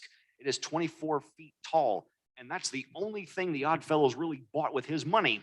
It cost $1,400. What I find interesting about the Oddfellows is that they sung his praises to the very end, but I don't have any record of him doing anything charitable. It seems like most people hated him, and this is a direct quote from his will. He was just confident that everything he had done was going to last, and yet by the end of the 1920s, every trace of the wealth he had accumulated was just swept away. And then we have this charming little headline from the Gazette. Unfortunately, the Shirey murder got buried in a lot of other events. Some of you may remember a book that was published not too long ago called Remembering Ella, which was about a brutal rape and murder and dismemberment of a young girl. And that murder really overshadowed Shirey in terms of its grotesqueness and its severity. And so, yeah, Shirey's murder really faded into the background, but there are still people today who recognize the name. And no, don't ask me who did, because I don't know. But it is something I found by chance, and now you know too. Thank you.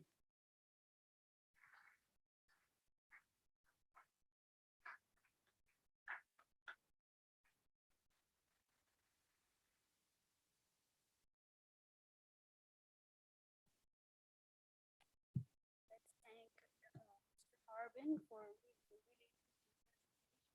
and I have to say, this guy was still working in the park. Somehow he discovered, got a hold of that story in our archive. And how many days did it take off to come and research the story? He's writing a book about it. So in the near future, maybe it will be on the bookshelves or on the, in the sales and he'll sign it for you. Who knows? Maybe he'll become a very famous person one day and his autograph will be worth a lot of money. Right? Thank you, Taylor. And now, if you have questions for Mr. Harbin, go ahead and ask those questions before we open the Q&A session to everyone of our presenters. This time, you'll have a microphone to speak into. Surely you have questions.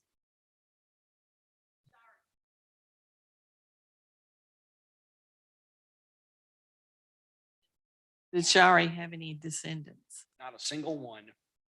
Nope.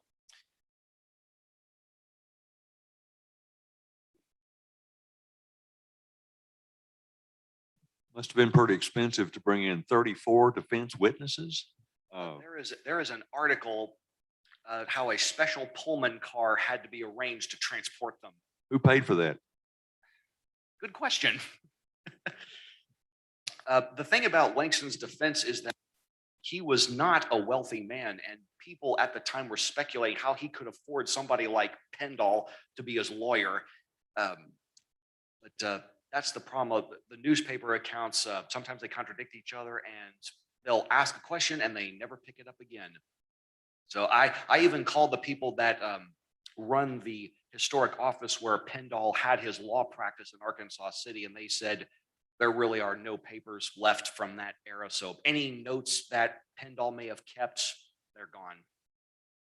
I do know that he had a wealthy brother-in-law who claimed that he could pay for a lot of it. If you ever go to South Dakota, there was a place called the Llewellyn Hotel. I think it's still standing, but allegedly that's where he got a lot of his support. Any more questions?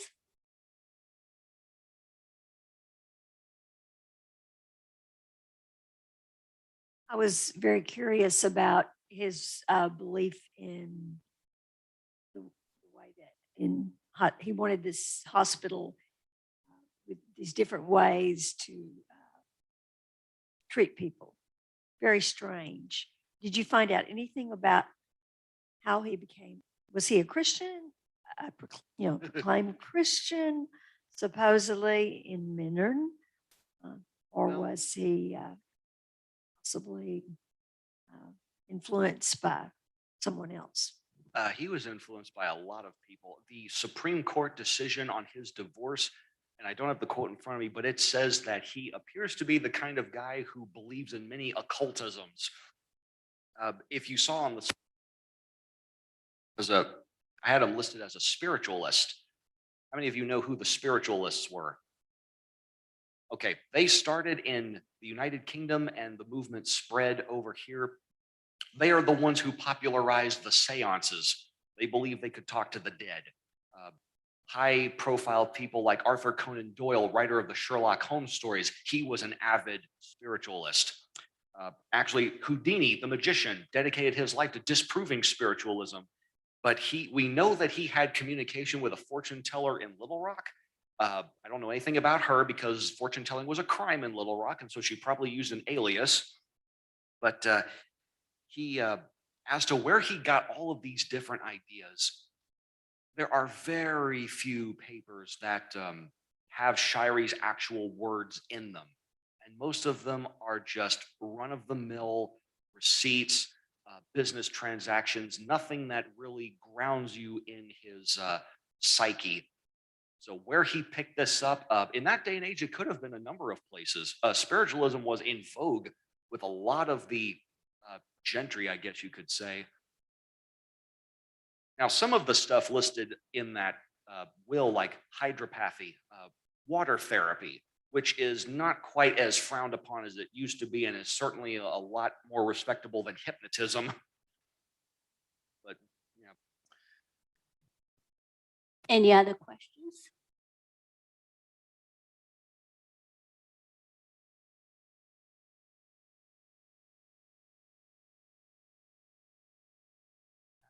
I was a little surprised that the South Dakota governor seems to have so readily assented to them taking their resident, and seemingly where they had not bothered to even check out his alibis, that so many people had seen him present at that time. Is that, I guess I'm just sort of interested in your thoughts on how that occurred. Did they have to, how did they convince them to go forward with that? Well, I'm glad you brought that up. That was one of the things I just didn't have time to talk about. Governor Donahue and Vesey maintained a pretty good line of communication during this affair because Vesey said, you know, you'd better give him a fair trial because there are a lot of people up here that are coming into my office and they're very angry. Remember, it was an election year, and I think that even though John Paul was really pushing them to get Langston quickly, he was somehow worried that Langston's family could block any attempt to get him out of the state. And this is one of those things the newspapers mention, but I don't have any other documents to explore it with. So John Paul was scared that if we don't move quickly, he's going to get wind of it and we'll never catch him. The Oddfellows were really pushing hard to take action. If the police and the Pinkertons had been left to their devices, who knows what would have happened, but there was some discussion as to why we think this guy is guilty of murder. And some of the newspapers reprint a few of those letters between the two governors as he's kind of wagging his finger like this, and Donahue's like, "Oh, don't worry, we'll give him a fair trial," and all that. And I think one of the slides I had up here, it shows that the people gave him their sympathy pretty quickly. When one of the days was over and the state rested its case, women were coming up to him in droves, giving him bouquets of flowers and wishing him well. It was pretty clear where the people's sympathies lied, even if the law did not. Another one?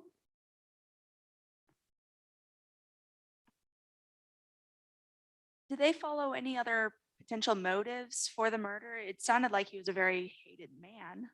Good question. I want to know why they didn't interrogate his wife, because that is usually the first person the police will talk to today.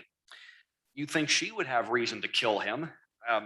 Again, the Oddfellows were the ones driving the investigation.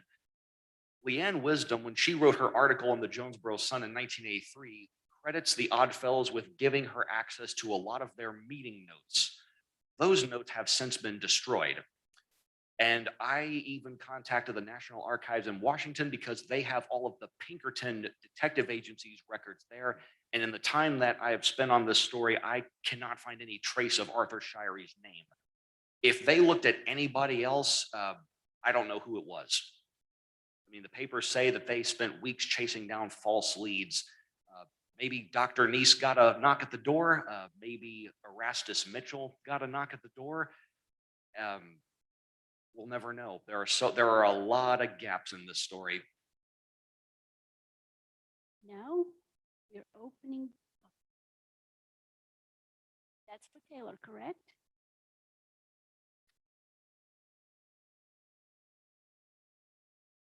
Just curious if they ever actually built that sanatorium or the children's home that they were putting that money for. No. They very quickly realized that he was not worth nearly as much as some people had claimed. One newspaper account said that he was worth about $500,000. But then they did a proper appraisal and found out, oh, he's not anywhere near that amount. There is a document that we have at NERA. I could not find it, so I could not give you a direct quote, but Louis Josephs, who was the Grand Secretary, had to appear in court many times because he was named as the executor of the estate. In an unrelated case, he tells the court that Shire's papers were an absolute nightmare. Everything was in disarray. It took them a month to organize. And I do think they thought they could build the orphanage at Walnut Ridge, but eventually what little support they could get from the estate, they gave it to the home in Batesville. But no, none of his grand schemes were ever really put into effect, which is the ironic thing. He spent his whole life getting all that money and then it just poof. Any more questions for Taylor specifically?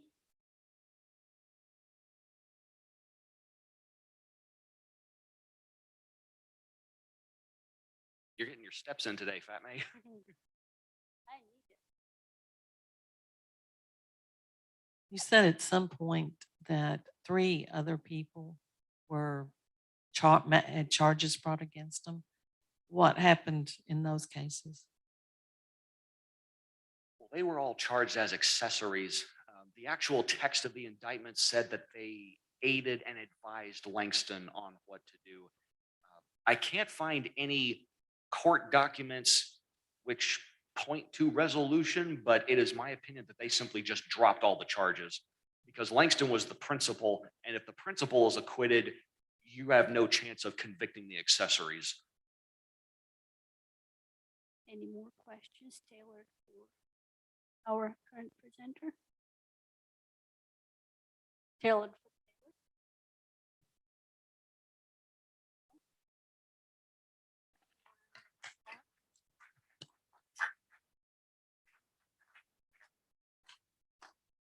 Thank you, Taylor. And now we have time to ask all our 3 presenters questions, as many questions as you want to ask, addressed to any one of them. Please raise hands. Please have questions for them. Now is your chance.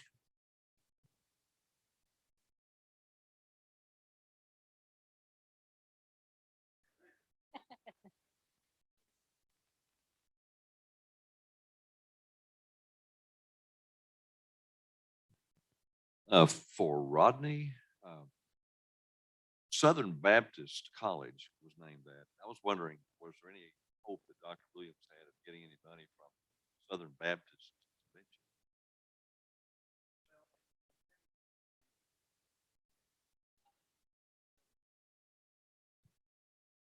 It was several years before the state Baptist convention gave any money.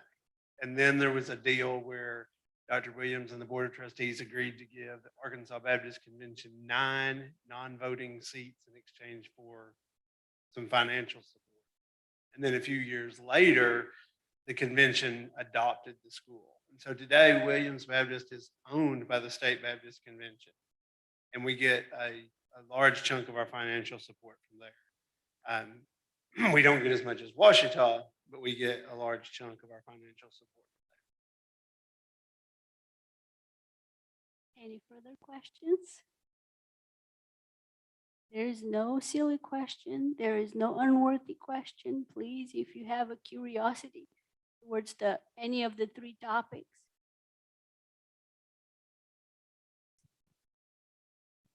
I don't have a question. I just have a compliment. Blake, or let me just go back.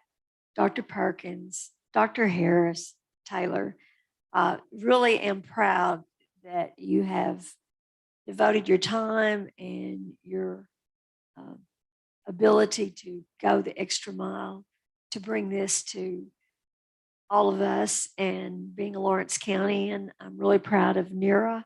I'm proud of everything that Arkansas is. And I just want to thank y'all for doing this, because I know it's time out of your day, but you have, I feel very firmly that you have given me that feeling of I'm proud to be a Lawrence County, and thank you.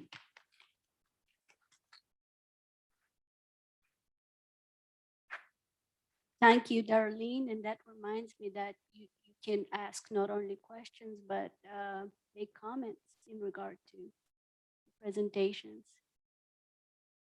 Share knowledge related to any of the topics. This is a question for all 3 of y'all. What were some of the bigger challenges in doing your research for your respective topic?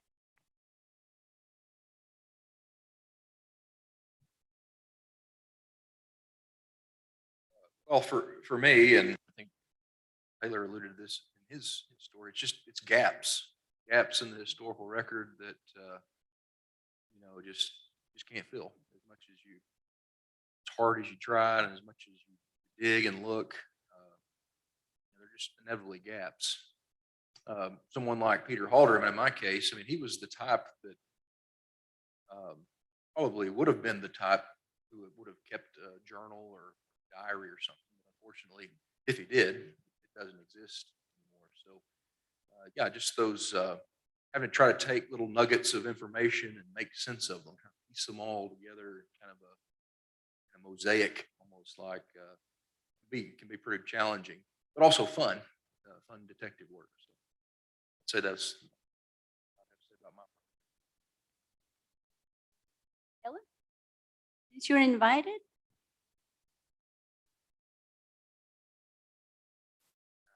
Dr. Perkins brought up a good thing, but in both of our cases, actually, so much time has passed between the events that we're talking about.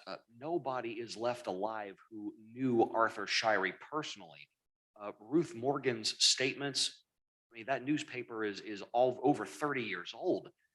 And she was the only one that Miss Wisdom quoted in that whole article. And she was in her upper 80s, maybe early 90s when they did that interview. And so we lose the benefit of what a lot of modern journalists have of just, let's just go talk to the person. I can't go talk to anybody who knew Arthur Shirey. There are cases that are referenced in the newspapers that are connected to Arthur Shirey, and nobody knows where they are. He was in court so much, but a lot of the documents that are referenced in the newspapers, like some of his divorce records, thousands of pages, and they're gone. Nobody knows what happened to them. I found some interesting stuff at the law school in Pulaski County, but you just hit a brick wall and you don't know where else to go. You feel like you've honestly exhausted every possible avenue. So it goes. thank you, Taylor. Our next center. For this particular project, I guess I have a different point of view because mine is much more modern. I had to decide what to use and not to use because there's so much stuff. We have a very solid archive on Dr. Williams at the school, and then he's mentioned in the newspapers and Baptist publications. So I had to kind of narrow it down what I could use. Was my biggest. Thank you. Well, I have a question that kind of is a broader one to all three of you. Was there something that you wanted to share but didn't share or forgot to share with us about your respective topics? Dr. Perkins? I can't think of anything that at least touch on. Probably could have elaborated on certain parts and made other connections along the way. But Very mine was more of a focused kind of. you were very careful not to implicate Halderman with a relationship with one of his former slaves. Would you care to share your personal beliefs, your non-academic beliefs? How do you see that as a person?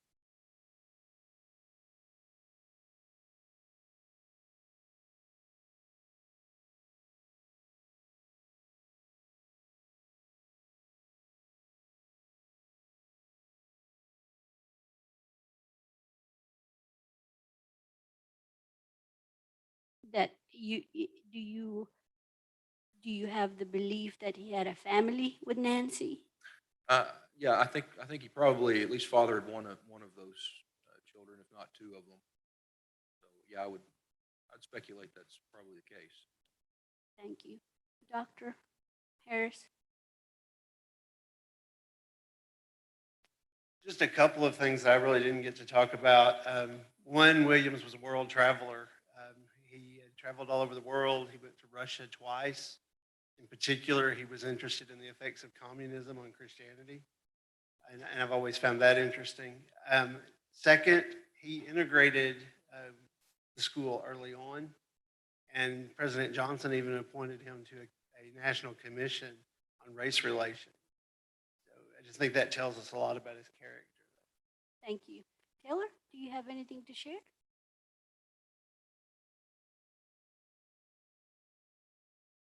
Well, the biggest challenge in making a presentation like this, I love direct quotes from the source material, and I had to pick them very carefully to make sure I wouldn't go over the time, especially with the cases on the periphery, like the Nice case. Something else that I was not able to talk a lot about was I didn't have a chance to follow up with some leads that could have been really interesting. I made contact with John Bennett's great grandson, who is in Little Rock, and had claimed that he had stories to tell me, but I reached out to him again. He never responded. So I just had to put John Bennett as a footnote in the presentation. Something else that I found personally very interesting was Herbert Mosher, the Pinkerton detective, had a very interesting career that the more I dug, the more I thought this guy was good at his job. He signed on in the Chicago office as a clerk and rose all the way to become director or deputy director of the entire agency by the time his life was over. His obituary says that he assisted investigating the Lindbergh kidnapping in the 1930s. In what respect, I don't know, but he also apprehended an infamous bank robber named William Sutton, who was called the actor because he was so good at fooling people and pulled off a lot of big heists. He probably outlived everybody else in the case. He died in 1963, just weeks after Kennedy was shot. But yeah, he had a very prestigious career, and everywhere he went, people liked him. He spent the last few years of his life giving lectures on criminality and law enforcement methods. Thank you. I'll last poll for questions, comments, anything? Well, we thank you very much for being here today. If any one of you needs a certificate for professional development, please approach our staff to get one. If there are more lunch boxes left in the Mockingbird room, please feel free to grab one or all of them. Again, I'm very, very, very, very grateful to our presenters, Dr. Perkins, Dr. Harris, Mr. Harbin. Thank you very much for a wonderful day of storytelling. Thank you, all of you, for coming again.